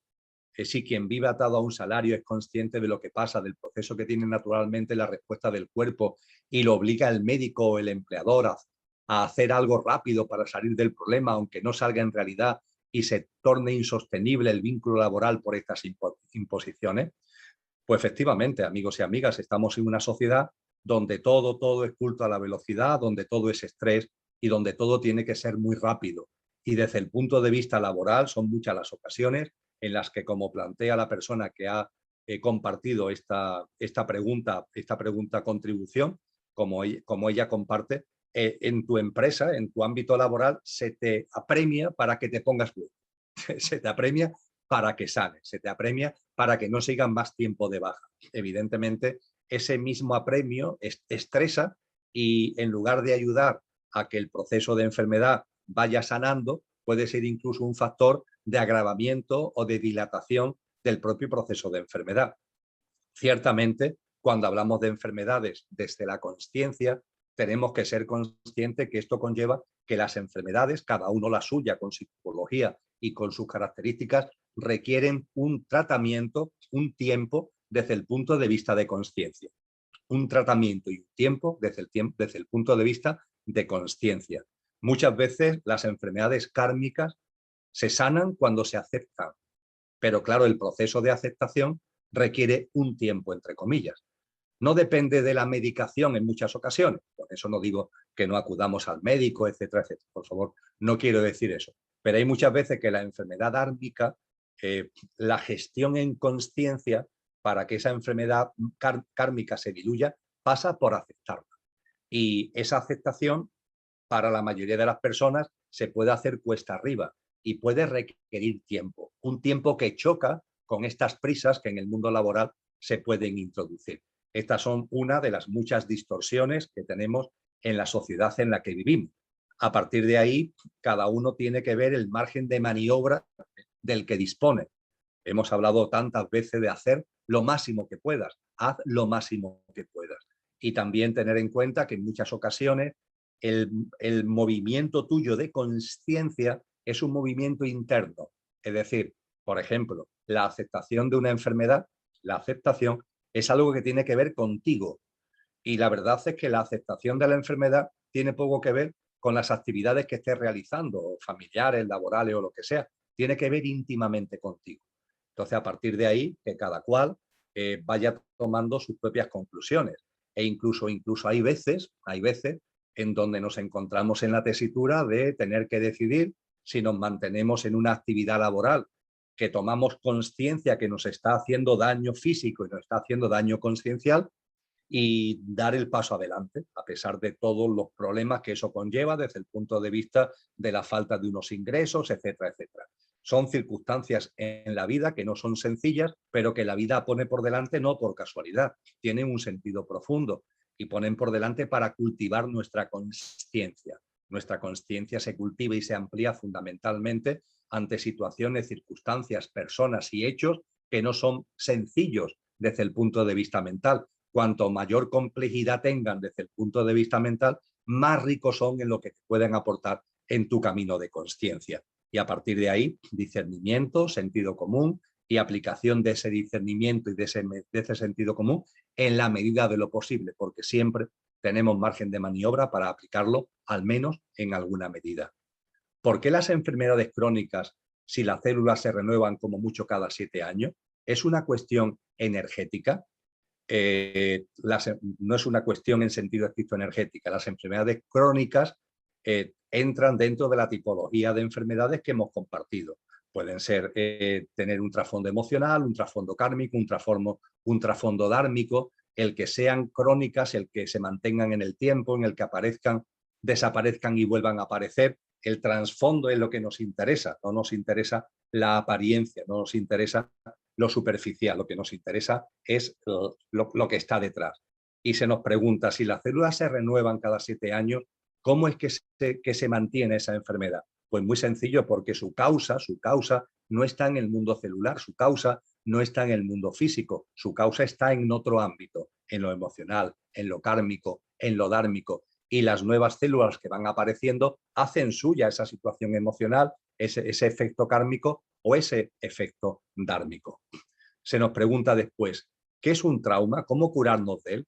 ¿Qué parte de nuestro cuerpo afecta realmente el trauma?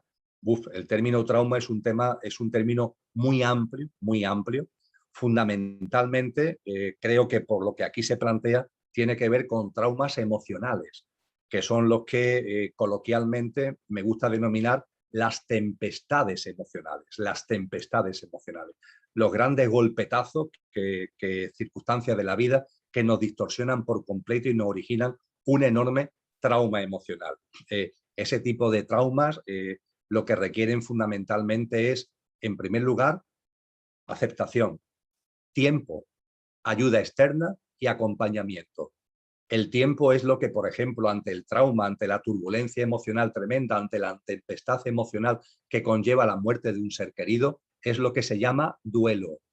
La ciencia discute con razón si el tiempo es absoluto, si el tiempo es relativo, lo discute y lo discute con razón. Pero no deja de ser verdad que aquí ahora, en nuestra vida cotidiana, el tiempo, en lo que se conoce en el ámbito del fallecimiento físico, para el que se queda aquí como duelo, tiene un papel en la moderación de esa enorme intensidad de la tempestad. Es lo que yo digo, que el duelo puede ayudar, el tiempo puede ayudar a que la tempestad se convierta en borrasca emocional. Sigue habiendo ahí un removimiento emocional, pero ya no es una tempestad, es una borrasca.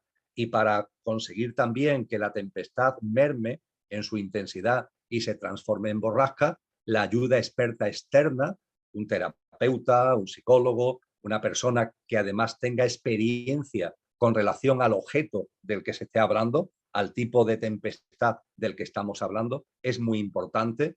Y en el contexto de lo que estamos alrededor de una persona que esté viviendo ese tipo de experiencia, pues darnos cuenta de que ahí lo que nos corresponde es el acompañamiento y la escucha y el acompañamiento.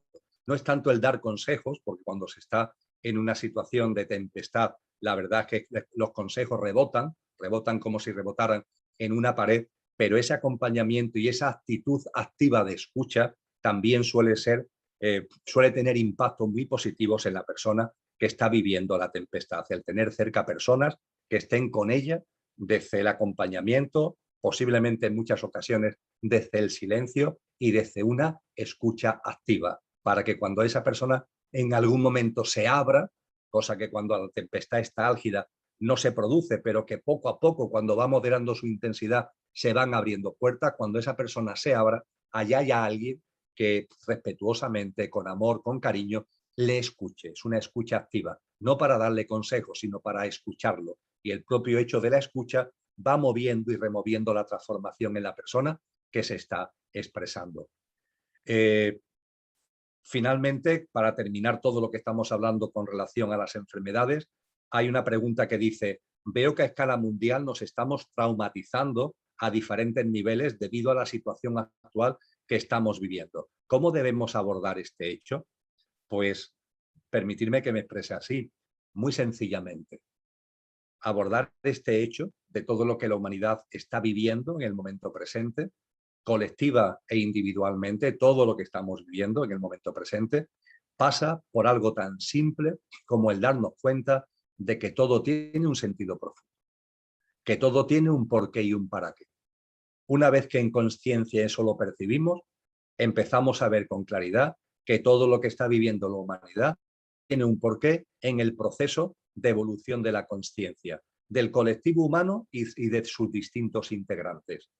Y podemos percibir cómo el consciente colectivo está aumentando gracias a lo que estamos viviendo.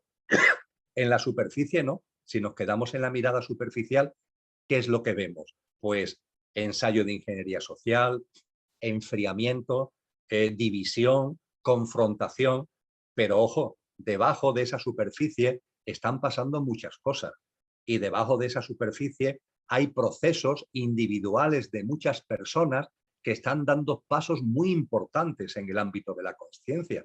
Estoy convencido que ha pasado a vosotros y a vosotras, o a muchos de vosotros y a muchas de vosotras. No tengo ningún tipo de duda. A mí también todo lo que estamos viviendo me ha ayudado para tomar conciencia de nuevas cosas, ampliar mi visión de conciencia. Me ha ayudado en mi camino conciencial y le estoy muy agradecido, lo cual no quita la compasión hacia tantas personas que lo están pasando tan mal, con tanto miedo, con tanto sufrimiento.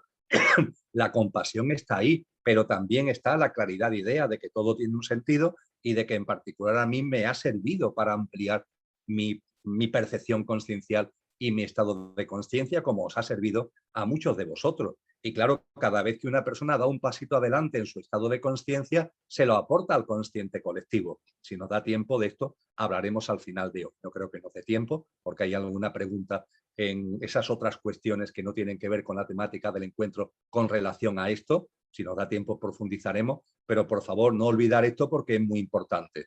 El paso que tú des en tu estado de conciencia, lo más importante no es ese paso que tú estás dando, sino que los estás aportando al consciente colectivo. Y al aportárselo al consciente colectivo, que se hace de manera natural y automática, estás posibilitando que el consciente colectivo humano aumente.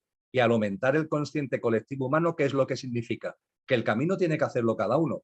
Cada uno tiene que hacer el camino. Nadie puede hacerlo por otro. Ahora bien, no es lo mismo hacer el camino con el viento en contra que con el viento a favor. Y en la medida que entre todos, con nuestros pasitos, vayamos aumentando el consciente colectivo, eso supone que estemos impulsando como un viento a favor para el camino que cada uno tiene que hacer. De hecho, es algo que someto a vuestra consideración, porque creo que ya somos muchos los seres humanos que debemos dar esta especie de salto cuántico de conciencia. Lo importante en el ámbito de la conciencia, y creo que ya hay muchas personas cada vez más que empezamos a estar preparadas para integrarlo y para vivirlo, lo importante en el ámbito de la conciencia no es mi crecimiento, no es mi despertar, no es mi evolución, no es mi desarrollo, que sí, que está muy bien, pero eso no es lo más importante, por importante que nos pueda parecer.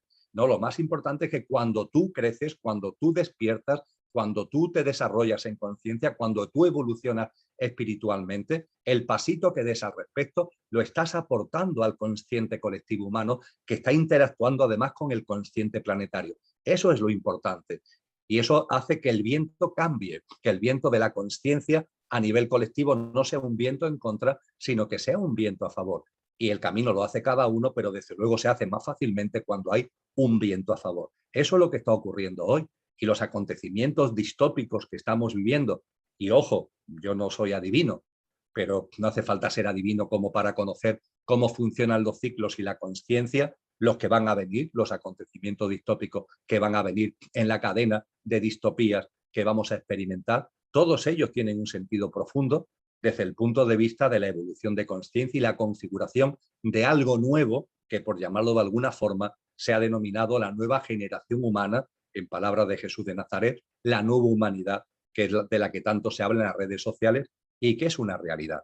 Y cuando de esto nos damos cuenta, el cómo debemos abordar este hecho de la pregunta en cuestión es muy sencillo, desde la confianza, desde la confianza. La confianza en que todo tiene su sentido y esa confianza tiene como fruto la aceptación y esa confianza y esa aceptación te va a aportar serenidad, te va a aportar calma, te va a aportar compasión para los que lo están pasando tan mal, pero a ti te va a aportar una calma y una serenidad para que le saques más jugo en tu camino de conciencia, sabiendo además que esa aportación que se hace a tu camino de conciencia va también a tener su repercusión, como acabo de compartir, en el consciente colectivo.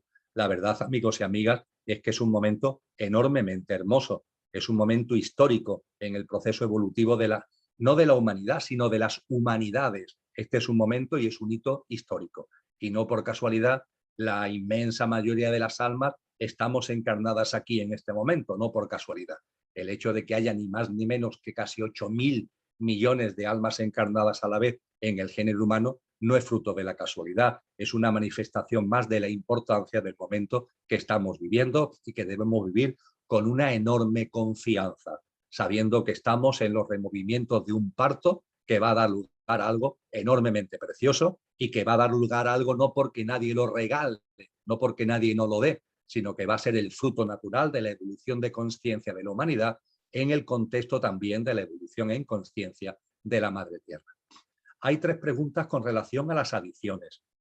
Hay una de ellas que dice, teniendo en cuenta que la depresión o las adicciones son un indicador de la incoherencia con el propósito de vida, ¿cuáles serían los modos de acompañar o ayudar a descubrirlo? Pues muy sencillo, simplemente compartiendo lo que en la pregunta subyace y compartimos la semana pasada. A una persona que tiene adicción, solamente el decirle, solamente el expresarle de que ahí posiblemente lo que haya es un grito del alma que le está poniendo de manifiesto que hay una incoherencia, como dice la persona que ha planteado la cuestión, con su propósito de vida. Solamente el decir eso abre un campo nuevo, abre una ventana nueva a la persona que está viviendo la adicción. A partir de ahí, más cosas, a partir de ahí hay terapias específicas en el ámbito de las adicciones, pero solamente este hecho, lo digo por experiencia propia, solamente ese hecho de a una persona que tiene adicción, el expresarle, oye, pues la adicción Puede ser, no lo planteéis como un tema categórico, pero puede ser que sea algo que tiene que ver con el alma, que es un grito del alma que te está diciendo que la vida que estás viviendo es una vida que no está alineada con tu propósito y por tanto es una vida entre comillas vacía. Y ese vaciamiento tú intentas rellenarlo con sucedáneos a través de la adicción. El solo hecho de expresar esto, desde el cariño, desde el respeto, no desde la imposición, puede abrir una ventana nueva de conciencia a la persona que está viviendo esa adicción. Otra cuestión que se plantea, si en la reflexión acerca de la bebida puedes valorar que se convirtió en una adicción, ¿podrías indicar los pasos que se deben dar para dejar esa adicción?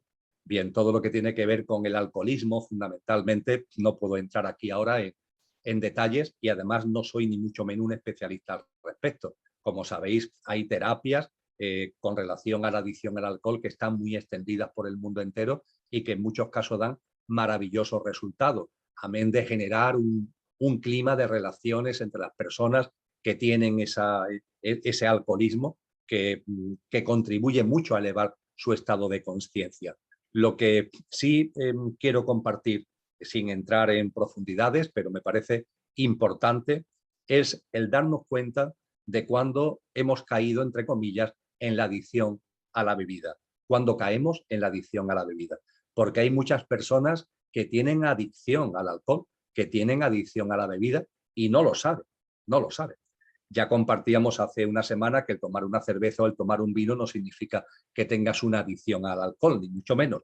Pero es importante el que te conozcas lo suficiente como para darte cuenta de cuándo estás cayendo por el terraplén de la adicción o cuando simplemente estás tomando el vino o la cerveza y no hay ninguna adicción posible. Y a ese respecto comparto con vosotros lo que en un momento determinado aprendí de la mano de ese gran maestro que es para mí José Tarragó. José Tarragó me expresó en un momento determinado, mira Emilio, para discernir lo que es o no una adicción. Vas por la calle, es la hora de la comida, vas hacia tu casa y pasas por la puerta de un bar y se te apetece tomar una cerveza. Entras en el bar y tomas la cerveza y sigues camino a tu casa. Perfecto. Al día siguiente vuelves a pasar a la misma hora camino de tu casa por ese bar. Te vuelve a apetecer tomar una cerveza, entras y tomas una cerveza. Perfecto. Y así puedes seguir siempre. Ahora bien, también puede ser que haya un día en el que pasas por la puerta del bar en dirección a tu casa y entres en el bar y no seas tú el que toma la cerveza, sino que es la cerveza la que te toma a ti. No eres tú el que tomas la cerveza, es la cerveza la que te toma a ti. Creo que el límite, la línea de separación está muy clara, ¿verdad? ¿Hasta qué punto hablamos del alcohol y podemos hablar de otras cosas? ¿Lo tomas o te tomas? Nos miramos, nos conocemos, nos autoobservamos y nos aplicamos este ejemplo de Tarragó y compartiéndolo con personas a muchas le ha servido para darse cuenta, oye, pues verdad, yo ya no me estoy tomando la cerveza o yo no estoy ya tomando o haciéndonos, porque es algo el que me está tomando a mí, es algo el que está haciéndose de mí, entre comillas. ¿Podrías dar algunas pautas concretas para ayudar desde la conciencia a un adicto al juego que, como ocurre con frecuencia, no reconoce su adicción y piensas que la puede controlar? Lo mismo que hemos compartido con relación al alcoholismo, la ludopatía tiene también una terapia que está muy desarrollada, en la que yo no soy experto y no voy a entrar en ella. Lo que sí os comento y vuelvo a insistir es la importancia de que a la persona que está con la adicción que sea al sexo, al alcohol o a la ludopatía, en la medida en que tengamos relación con ella desde el respeto y el cariño, le abramos los ojos. Puede ser que se abran los ojos o no se le abran, pero yo creo que tenemos incluso la responsabilidad de ponerlo con amor desde la mesa, no para rayarlo, no para intentar convencerlo, sino con cariño ponerlo sobre la mesa y como mucho insistir una vez, decirlo una e insistir otra como mucho, en la reflexión que venimos compartiendo de que detrás de la adicción lo que puede haber es un grito del alma ante una vida vacía porque está desalineada del propósito de vida y que ante el vaciamiento de la vida lo intentamos cubrir, lo intentamos suplir con eso que está provocando la adicción. Cambiamos mucho el tercio y nos vamos a la elección del alma en la fecundación in vitro. Quisiera saber si en los embarazos donde la fecundación se lleva a cabo fuera del cuerpo de la madre y después implantada en su cuerpo, el alma del nuevo ser elige venir con la misma libertad o bien nos estamos entrometiendo en un orden divino. Mirad, todas las manipulaciones genéticas habidas y por haber que pueda hacer el ser humano, las decisiones álmicas corresponden a otro ámbito. Y siempre que un alma encarna, encarna desde el punto de vista álmico. El contexto que puede ver aquí de maternidad natural, de maternidad artificial, bueno, pues eso tiene que ver con el mundo superficial, de las apariencias. Pero cuando un alma encarna, lo que encarna es el alma con las perspectivas y con las decisiones álmicas que hemos compartido hace una semana y que hemos compartido en muchísimos encuentros. Cuando las almas de sus progenitores no se conocen ni se conocerán y sin embargo hacen un acto de entrega y amor tan elevado y donar sus genes muchas veces y ser consciente de ello para que un alma encarne, es una prueba para todos ellos, donantes, padres, hijos. ¿Realmente ese ser decide encarnar y ese es el camino elegido por él? Pues efectivamente ese alma decide encarnar, ese es el camino elegido por él. Hay un acuerdo de almas entre el alma que va a encarnar y el de sus padres, su madre y su padre, y cuando hay donantes por medio, me atrevería a aseverar, me atrevería a afirmar que también ese alma del donante forma parte de ese acuerdo que hace posible que el alma que vaya a encarnar encuentre un cuerpo físico adecuado y unas circunstancias adecuadas para que se pueda producir la encarnación. Repito lo que decía antes, aquí nosotros con las tecnologías, con nuestros usos sociales, con nuestras costumbres, podemos aparentemente variar mucho las cosas, pero hay algo fundamental que es el plano de luz, que es el plano donde las almas toman las decisiones de encarnación, donde las almas, incluso con almas que están ya encarnadas, realizan los acuerdos de almas y los pactos de amor entre almas, y todo ello después se plasmará de la forma que sea en este mundo de apariencia, pero tiene su razón de ser en esos acuerdos que se producen en el plano de luz. Y con estos amigos y amigas pasamos al cuerpo físico etérico. El cuerpo etérico surge del cigoto tras la fecundación o es anterior a esta, como creación del alma humana tras su decisión de encarnarse. El cuerpo etérico es previo a la fecundación. Lo compartíamos hace una semana. Aún no se ha producido la fecundación, que es el arranque del cuerpo físico, y ya está ahí el cuerpo etérico. El cuerpo etérico es lo primero que se plasma cuando, como muy bien se dice en la pregunta, se toma la decisión de encarnarse. Otra cuestión, la vitalidad que a través del cordón de plata fluye del cuerpo etérico al cuerpo físico, ¿surge de aquel o es producto directo del alma? La vitalidad que corre a través del cordón de plata se extrae de la vida que nos rodea. No tiene que ver, no es que sea un producto del alma, no. Es el cuerpo etérico, base, molde sobre el que se asienta el cuerpo físico, es el cuerpo etérico en su permeabilidad el que absorbe la fuerza vital que nos rodea, fundamentalmente de la naturaleza, de los rayos del sol, y a través del denominado cordón de plata el flujo energético se lo transmite al físico. Se capta, por tanto, de la vida, de la naturaleza misma y del sol. Al hablar del cuerpo etérico no se ha hecho mención alguna de las prácticas del Qigong. Hace poco que he empezado a practicarlo y ahora percibo que un movimiento, una palabra, un pensamiento, una emoción es energía. Todo a mi alrededor es energía. Sí, efectivamente, amigo o amiga, cuando hemos hablado del cuerpo etérico energético, no he hecho mención al Qigong, no he hecho mención al Tai Chi, no he hecho mención a muchas prácticas que contribuyen a que nuestro cuerpo etérico, esa permeabilidad del prana, esa permeabilidad para recoger la fuerza de la vida se incremente y también a través de esa práctica aumente nuestra conciencia, como a ti te ha pasado, de ese proceso vital.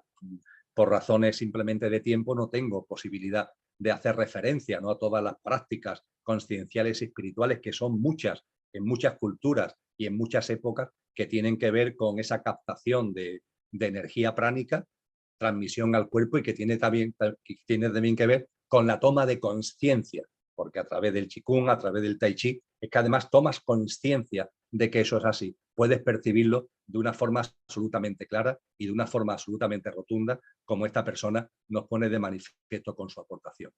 Siento que la mayor energía que puede emitir una persona es el latido de su corazón y la base está en la autoestima. ¿Qué opina usted? Bueno, lo que puedo compartir es que el corazón, sin ningún tipo de duda, es algo mucho más potente, tiene mucho más trascendencia que un músculo que sirve para que la sangre circule por el cuerpo. Son muchos los estudios que ponen de manifiesto que el corazón tiene componentes neuronales y tiene una fuerza electromagnética que es 4 veces superior a la de nuestro cerebro. En ese sentido, os aconsejo algunas charlas, algunos vídeos de esos maravillosos programas que hizo en su momento Eduardo Punset, donde se dedican específicamente a algunos programas a hablar de ese corazón-cerebro, como algunos lo llaman, o ese cerebro-corazón, que efectivamente, como se apunta, tiene una capacidad de transmisión de energía tremenda, tremenda. No es casual que digamos que esta persona canta con el corazón, habla con el corazón en la mano. El corazón tiene unas funcionalidades conscienciales energéticas enormemente potentes y repito que los estudios que se han hecho al respecto pone de manifiesto que la capacidad de lanzamiento vibracional del corazón multiplica por 4 la capacidad de distancia a donde llegan nuestras frecuencias cuando éstas salen desde el cerebro de la cabeza. La plantilla del puzzle, o sea, el cuerpo físico energético, se forma según el acuerdo de amor entre almas, es decir, que al nacer con alguna discapacidad de cualquier índole, la plantilla responde a ese acuerdo. Efectivamente, la enfermedad dármica, por ejemplo, a la que hemos hecho referencia anteriormente, tiene una plasmación física, pero para que tenga una plasmación física, esa enfermedad dármica tiene antes una plasmación etérica, energética, y esa plasmación etérica o energética, como es una enfermedad dármica, tiene que ver con una decisión álmica. Efectivamente, en el caso de las enfermedades dármicas, esta línea se ve con claridad: alma, cuerpo etérico, cuerpo físico. Además, en esta plantilla está el eneatipo de la personalidad necesario para la evolución de la persona, o esto va a ser en el próximo encuentro de septiembre en Conócete a ti mismo. Bien, el encuentro de septiembre no va a ser sobre Conócete a ti mismo. Cuando mañana recibáis el texto de las preguntas, ya veréis, creo que ya se introdujo en el texto que remitió Kiko la semana pasada con el texto base de la intervención del pasado día 10 de junio, lo vamos a dedicar al estudio de las grandes leyes, los grandes principios que rigen el universo, la existencia y la vida y la aplicación práctica de los mismos. El conocimiento de uno mismo posiblemente aparezca en los encuentros mensuales del próximo curso, pero ahora mismo no lo tenemos previsto en calendario. Todo lo que tiene que ver con la denominada personalidad, cuando hacemos referencia al carácter, cuando hacemos referencia a la tipología de mente, el carácter que tiene eso que la ciencia del yoga llaman los skandhas, los tipos de mente que hemos estudiado, si por personalidad atendemos a ello, eso efectivamente tiene que ver y con influencias de una vida en la siguiente.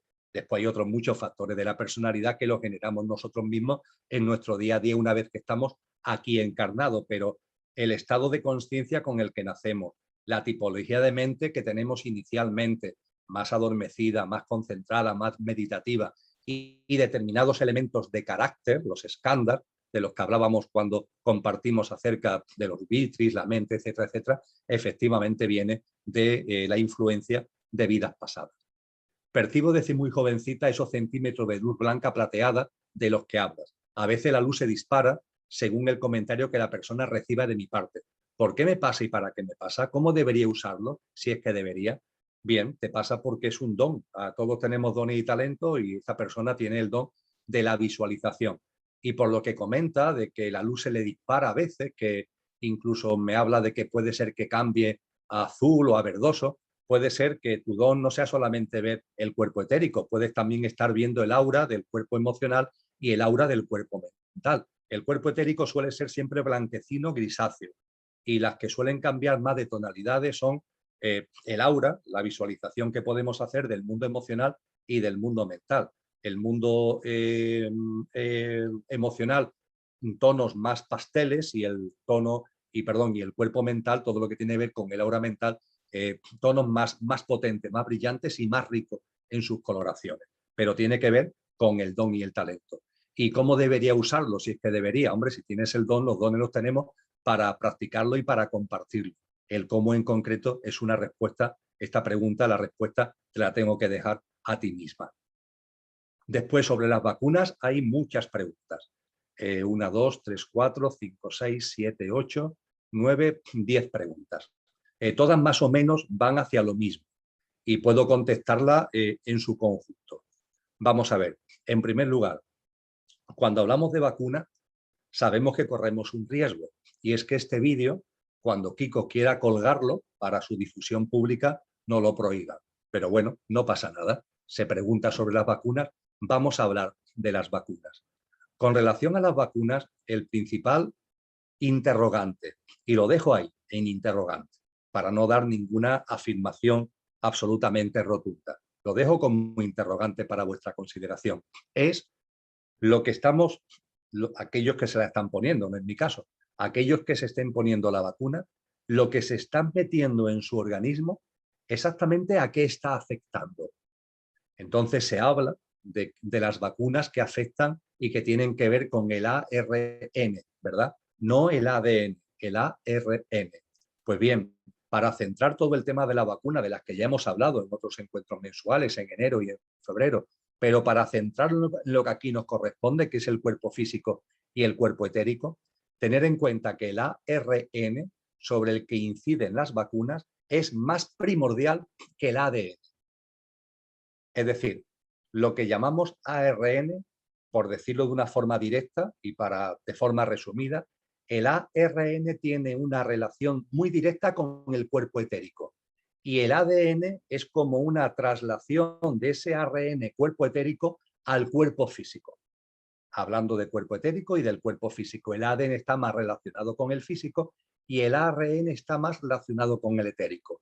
Con lo cual los efectos de ARN no se están tanto, no se quedan en el cuerpo físico, van incluso al cuerpo etérico. A través del etérico tendrán su impacto en el físico, pero afecta fundamentalmente a lo que tiene que ver con el molde del puzzle, con el tapete del puzzle, con el cuerpo etérico. Esto es un tema importante en nuestra reflexión acerca de las vacunas y a las muchas preguntas que habéis hecho con relación a las mismas. Saber diferenciar entre el ARN como algo ligado a lo etérico y el ADN en vasos comunicantes con el ARN, pero el ADN ya en conexión con lo físico. Al actuar sobre el ARN se está afectando o se puede afectar a lo etérico de la persona, lo que implicará la afectación a lo etérico y a través de lo etérico también la afectación al físico. Y otro tema importante, la segunda y última consideración que quiero compartir con vosotros y con vosotras. Si alguno de vosotros, por el motivo que sea, siendo consciente de todo lo que las vacunas pueden traer consigo, os veis forzados, obligados, no tenéis otra vía que el inyectaros, que inocularos esa sustancia, si ese es el caso de alguno de vosotros o alguna de vosotras, a veces hay personas que me lo plantean incluso como presión familiar, una presión familiar tan enorme que por no estar continuamente sometido a esa presión, finalmente optan por inocularse esta sustancia. Pues bien, no olvidar que nuestro ser es divino y que por tanto todo lo que desde el exterior quieran afectarnos, aunque esa afectación pueda estar ahí, pero tenemos capacidad de transmutarla, tenemos capacidad de transformarla. Estamos viviendo un momento en nuestra evolución de conciencia donde es enormemente importante, amigos y amigas, la frecuencia vibracional con la que vivamos cada instante de cada día.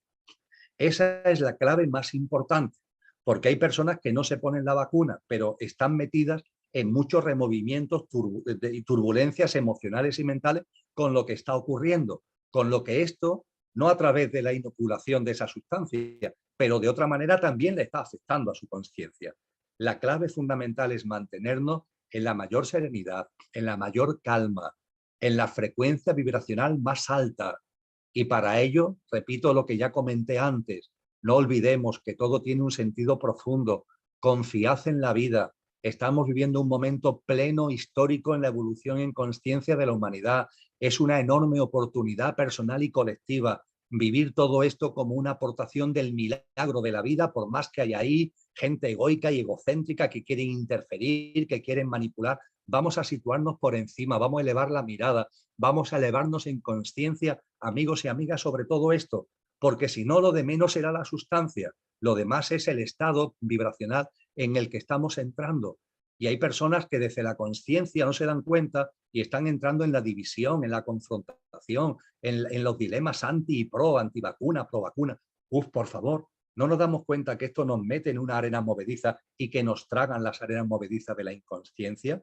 Entonces, mucho más importante que cualquier debate acerca de la vacuna, que lo tiene, no digo que no lo tenga, y he dado alguna pista importante cuando he hablado del ARN cuerpo etérico y el ADN cuerpo físico, pero mucho más importante que eso es que mantenga lo más alta tu vibración, que la presencia de lo que eres esté lo más alto posible, porque va a ser la única manera de que te mantengas o nos mantengamos en conciencia, aportando al consciente colectivo con todos los acontecimientos distópicos que estamos viviendo. Y de hecho hay una pregunta a continuación que no es con las vacunas, sino con las tecnologías, y nos dice, ante la inminente implantación general de la tecnología 5G, ¿cómo podemos fortalecer tanto nuestro cuerpo físico denso como nuestro cuerpo etérico? Pues vuelvo a decir lo mismo.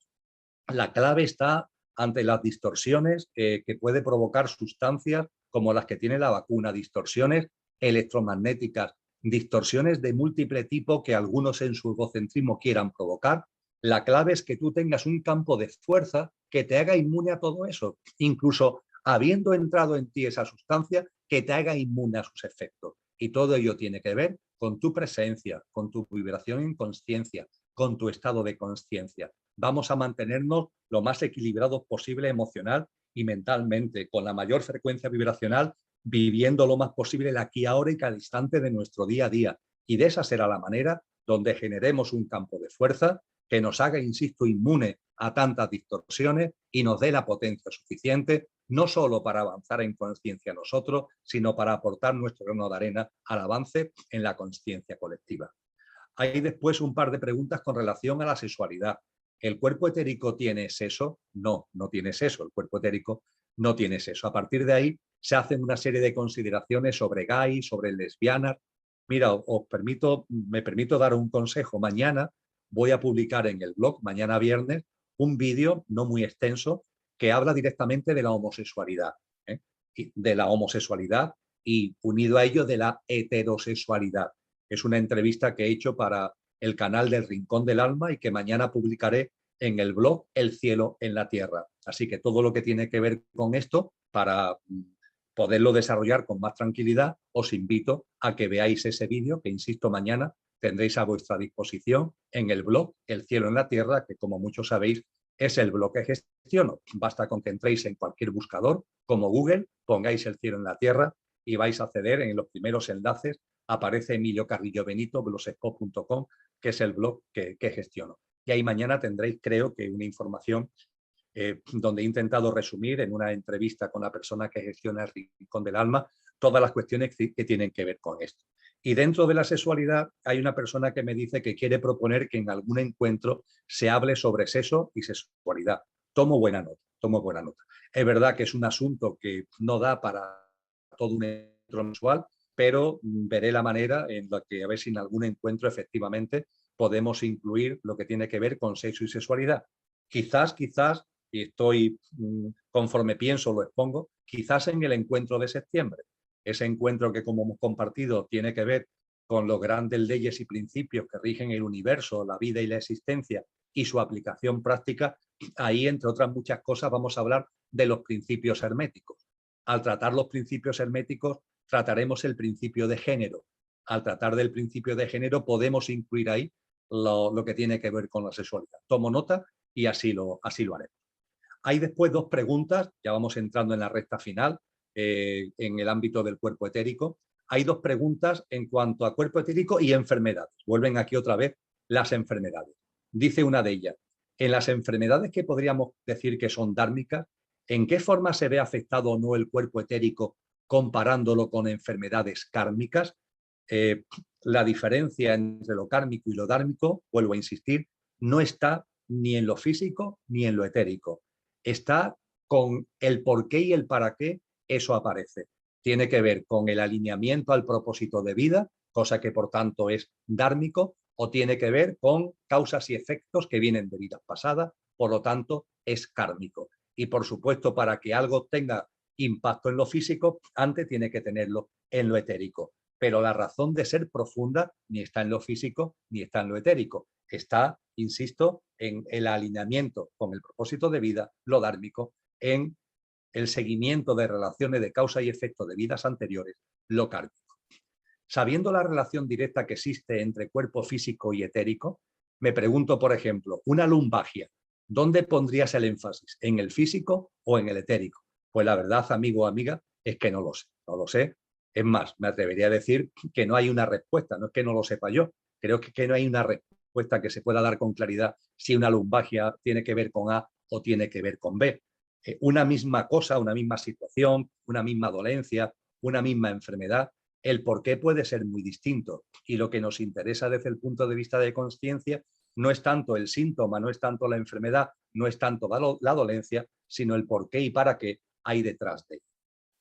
Con relación al cuerpo etérico se habla también del nacimiento.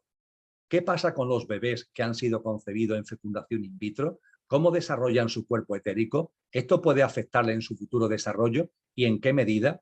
Me remito a lo que ya hemos compartido anteriormente.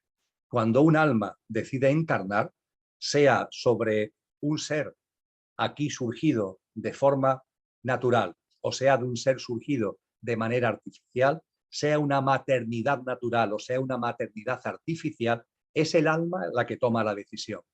A partir de ahí, la maternidad artificial o la maternidad natural van a dar lugar al cuerpo físico. Antes del cuerpo físico va a estar aquí ya el cuerpo etérico y el cuerpo etérico tiene que ver con la decisión álmica.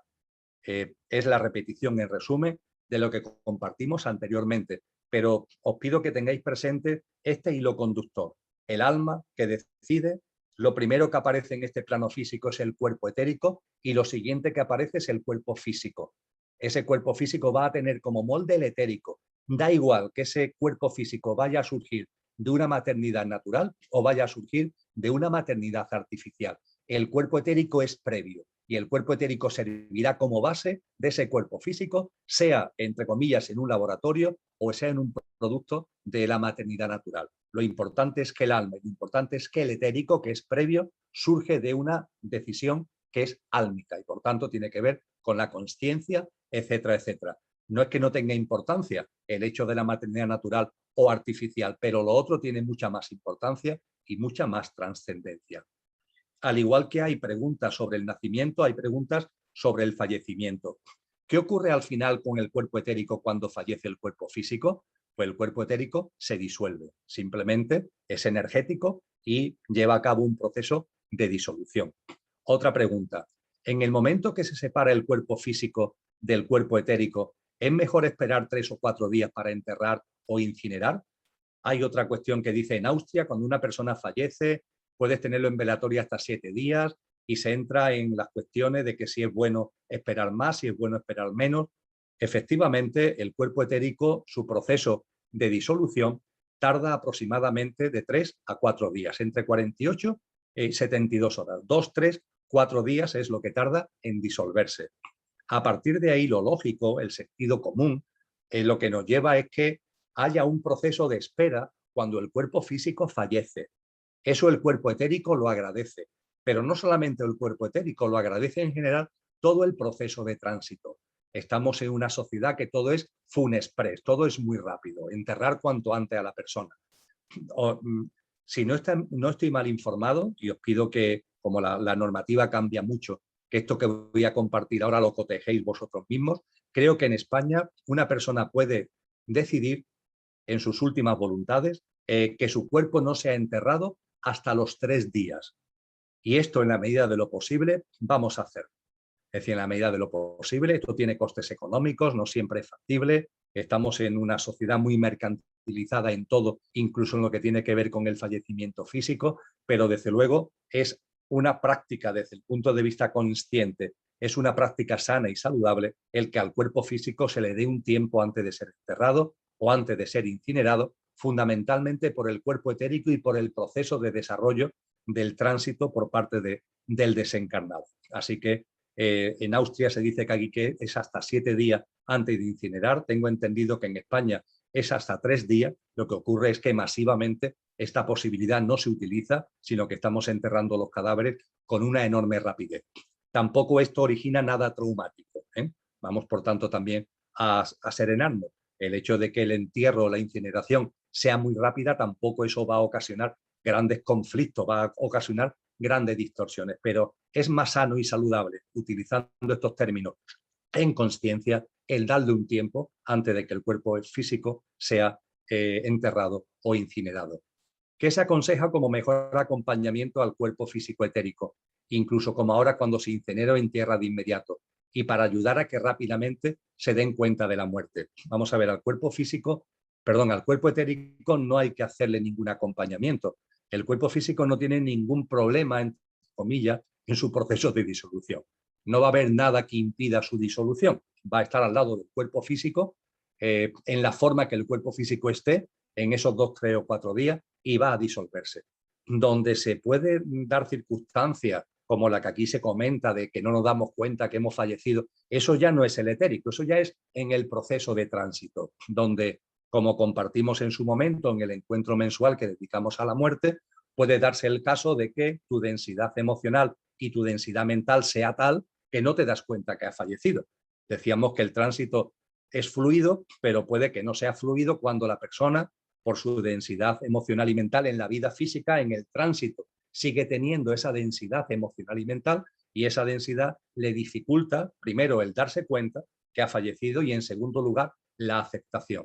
En cambio, cuando nos damos cuenta que hemos fallecido y lo aceptamos, el tránsito se produce de forma fluida. Cuanto antes nos demos cuenta y antes lo aceptemos, el tránsito será más fluido, más rápido y en mayor situación de armonía.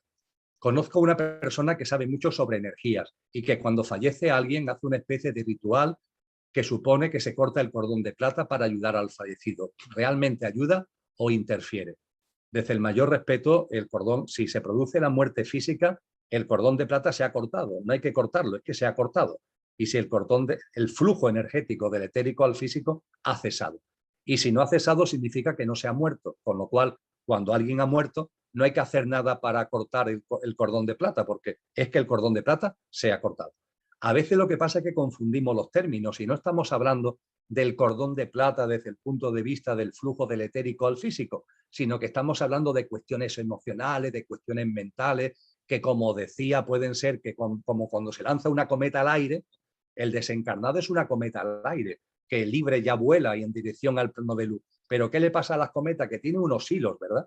Que al que está manejando la cometa, a la cometa la tiene atada con esos hilos.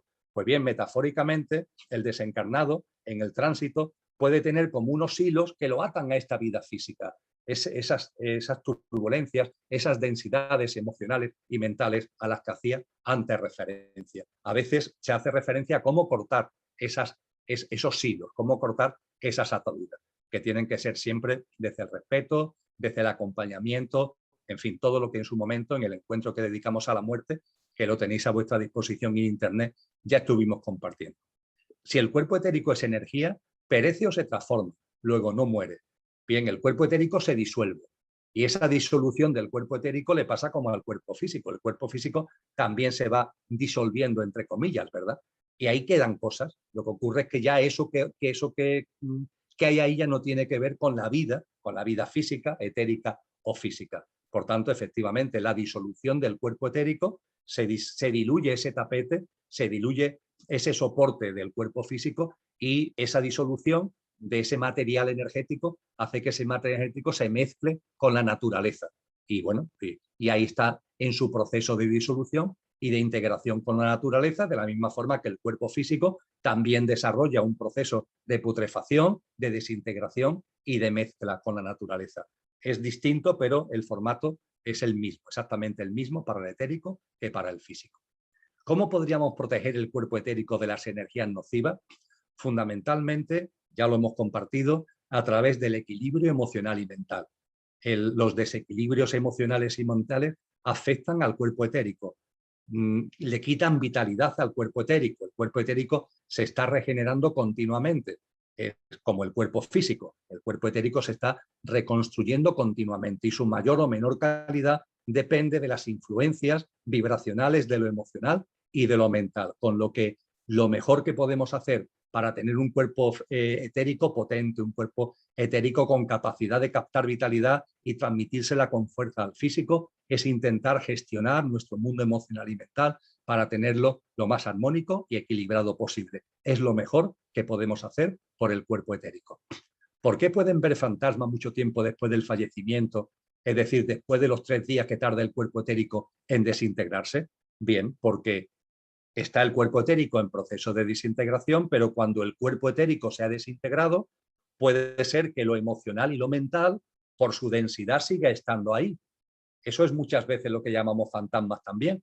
La presencia de lo que Elena Blavatsky llamaba los cascarones. Los cascarones son los componentes emocionales y mentales que están ya en el tránsito, en proceso de disolución, aunque ese proceso, en función de la densidad, pueda alargarse, y a veces lo que denominamos fantasmas tienen que ver no con el cuerpo etérico, que a los 3 o 4 días ya no lo veremos porque se ha disuelto, sino con estos restos emocionales y mentales que están ahí, y que mientras que están ahí, el yo superior del desencarnado no podrá acceder al plano de luz, tal como también compartimos cuando hicimos referencia a la muerte en el encuentro mensual.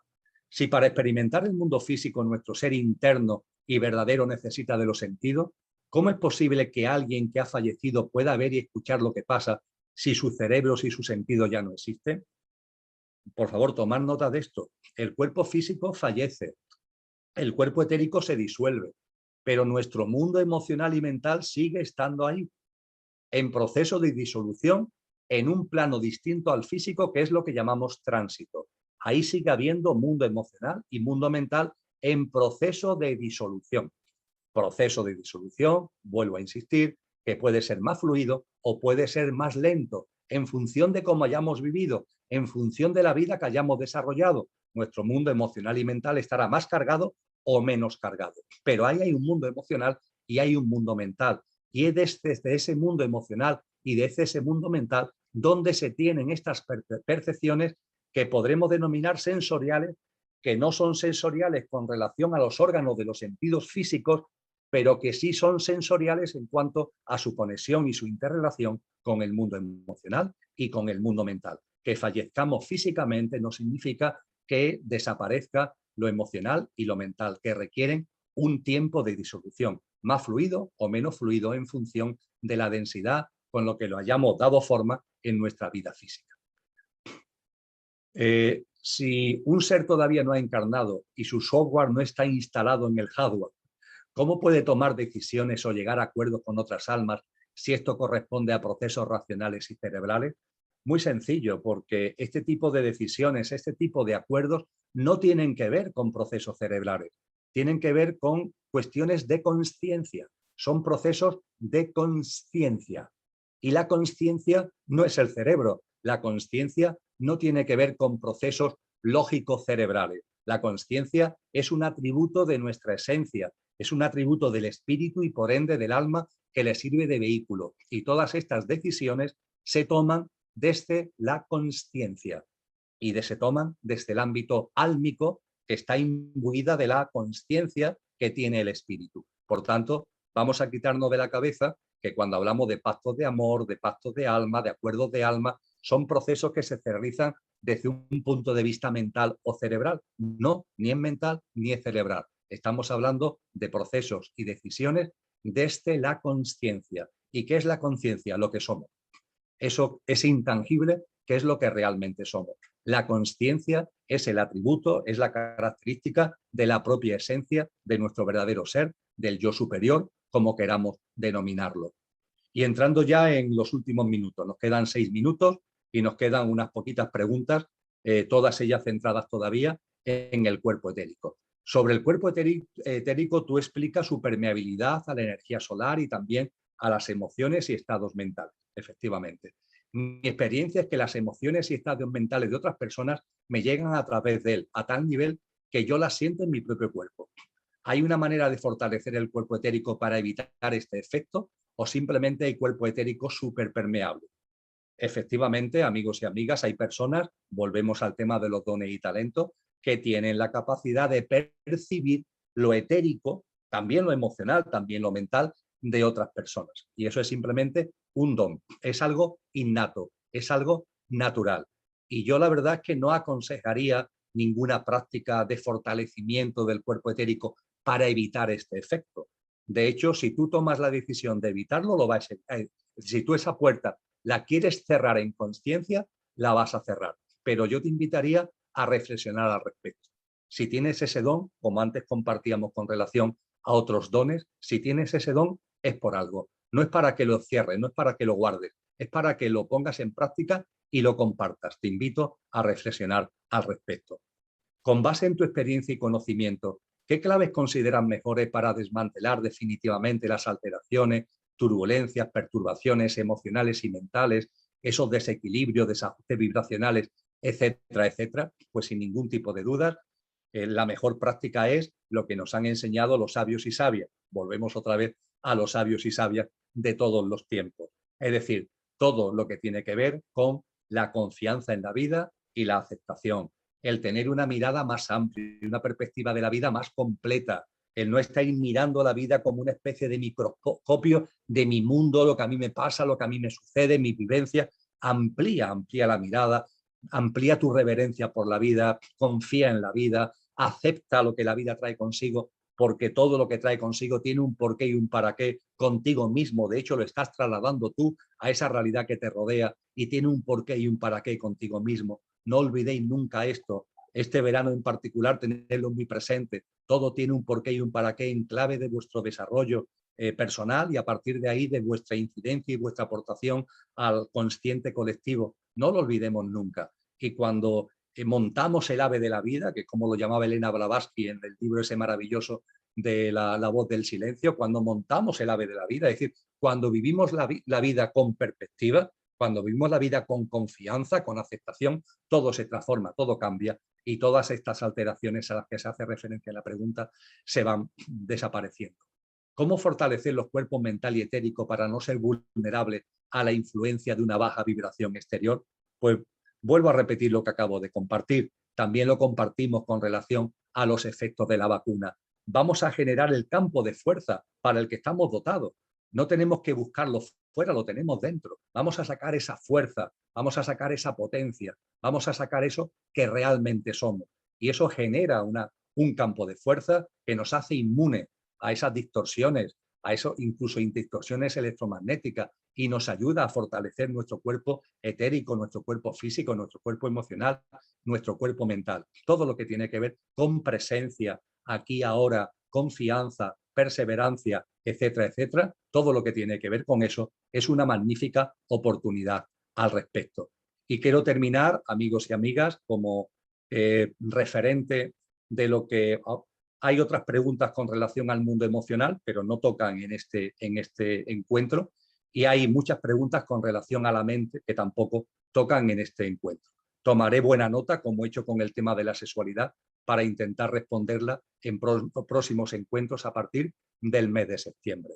Y dado que hemos hablado tanto del campo de fuerza frente a la vacuna, distorsiones electromagnéticas, el fortalecimiento de nuestro etérico, etcétera, etcétera, ya que hemos hablado tanto sobre todo eso, vamos a terminar, si os parece, no solamente este encuentro, sino que vamos a terminar el curso entero que hemos recorrido desde septiembre del año 2020, acudiendo al cántico espiritual de San Juan de la Cruz y a una estrofa muy concreta, a una parte muy concreta de ese campo espiritual.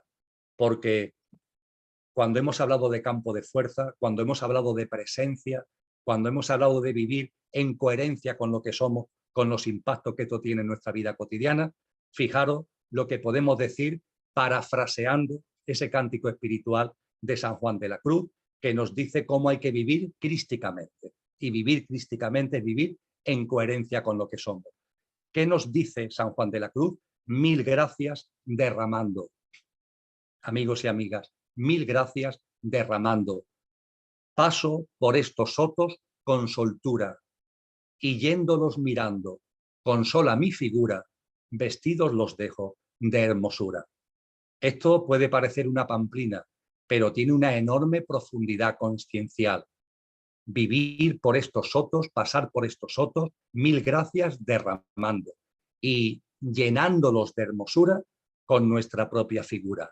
Esa es la presencia, eso es traer el cielo en la tierra, esa es nuestra vocación y es nuestro destino. Y es desde luego lo más culminante que podemos aportar a nuestro camino espiritual y de esa forma al consciente colectivo en el momento actual que está viviendo la humanidad.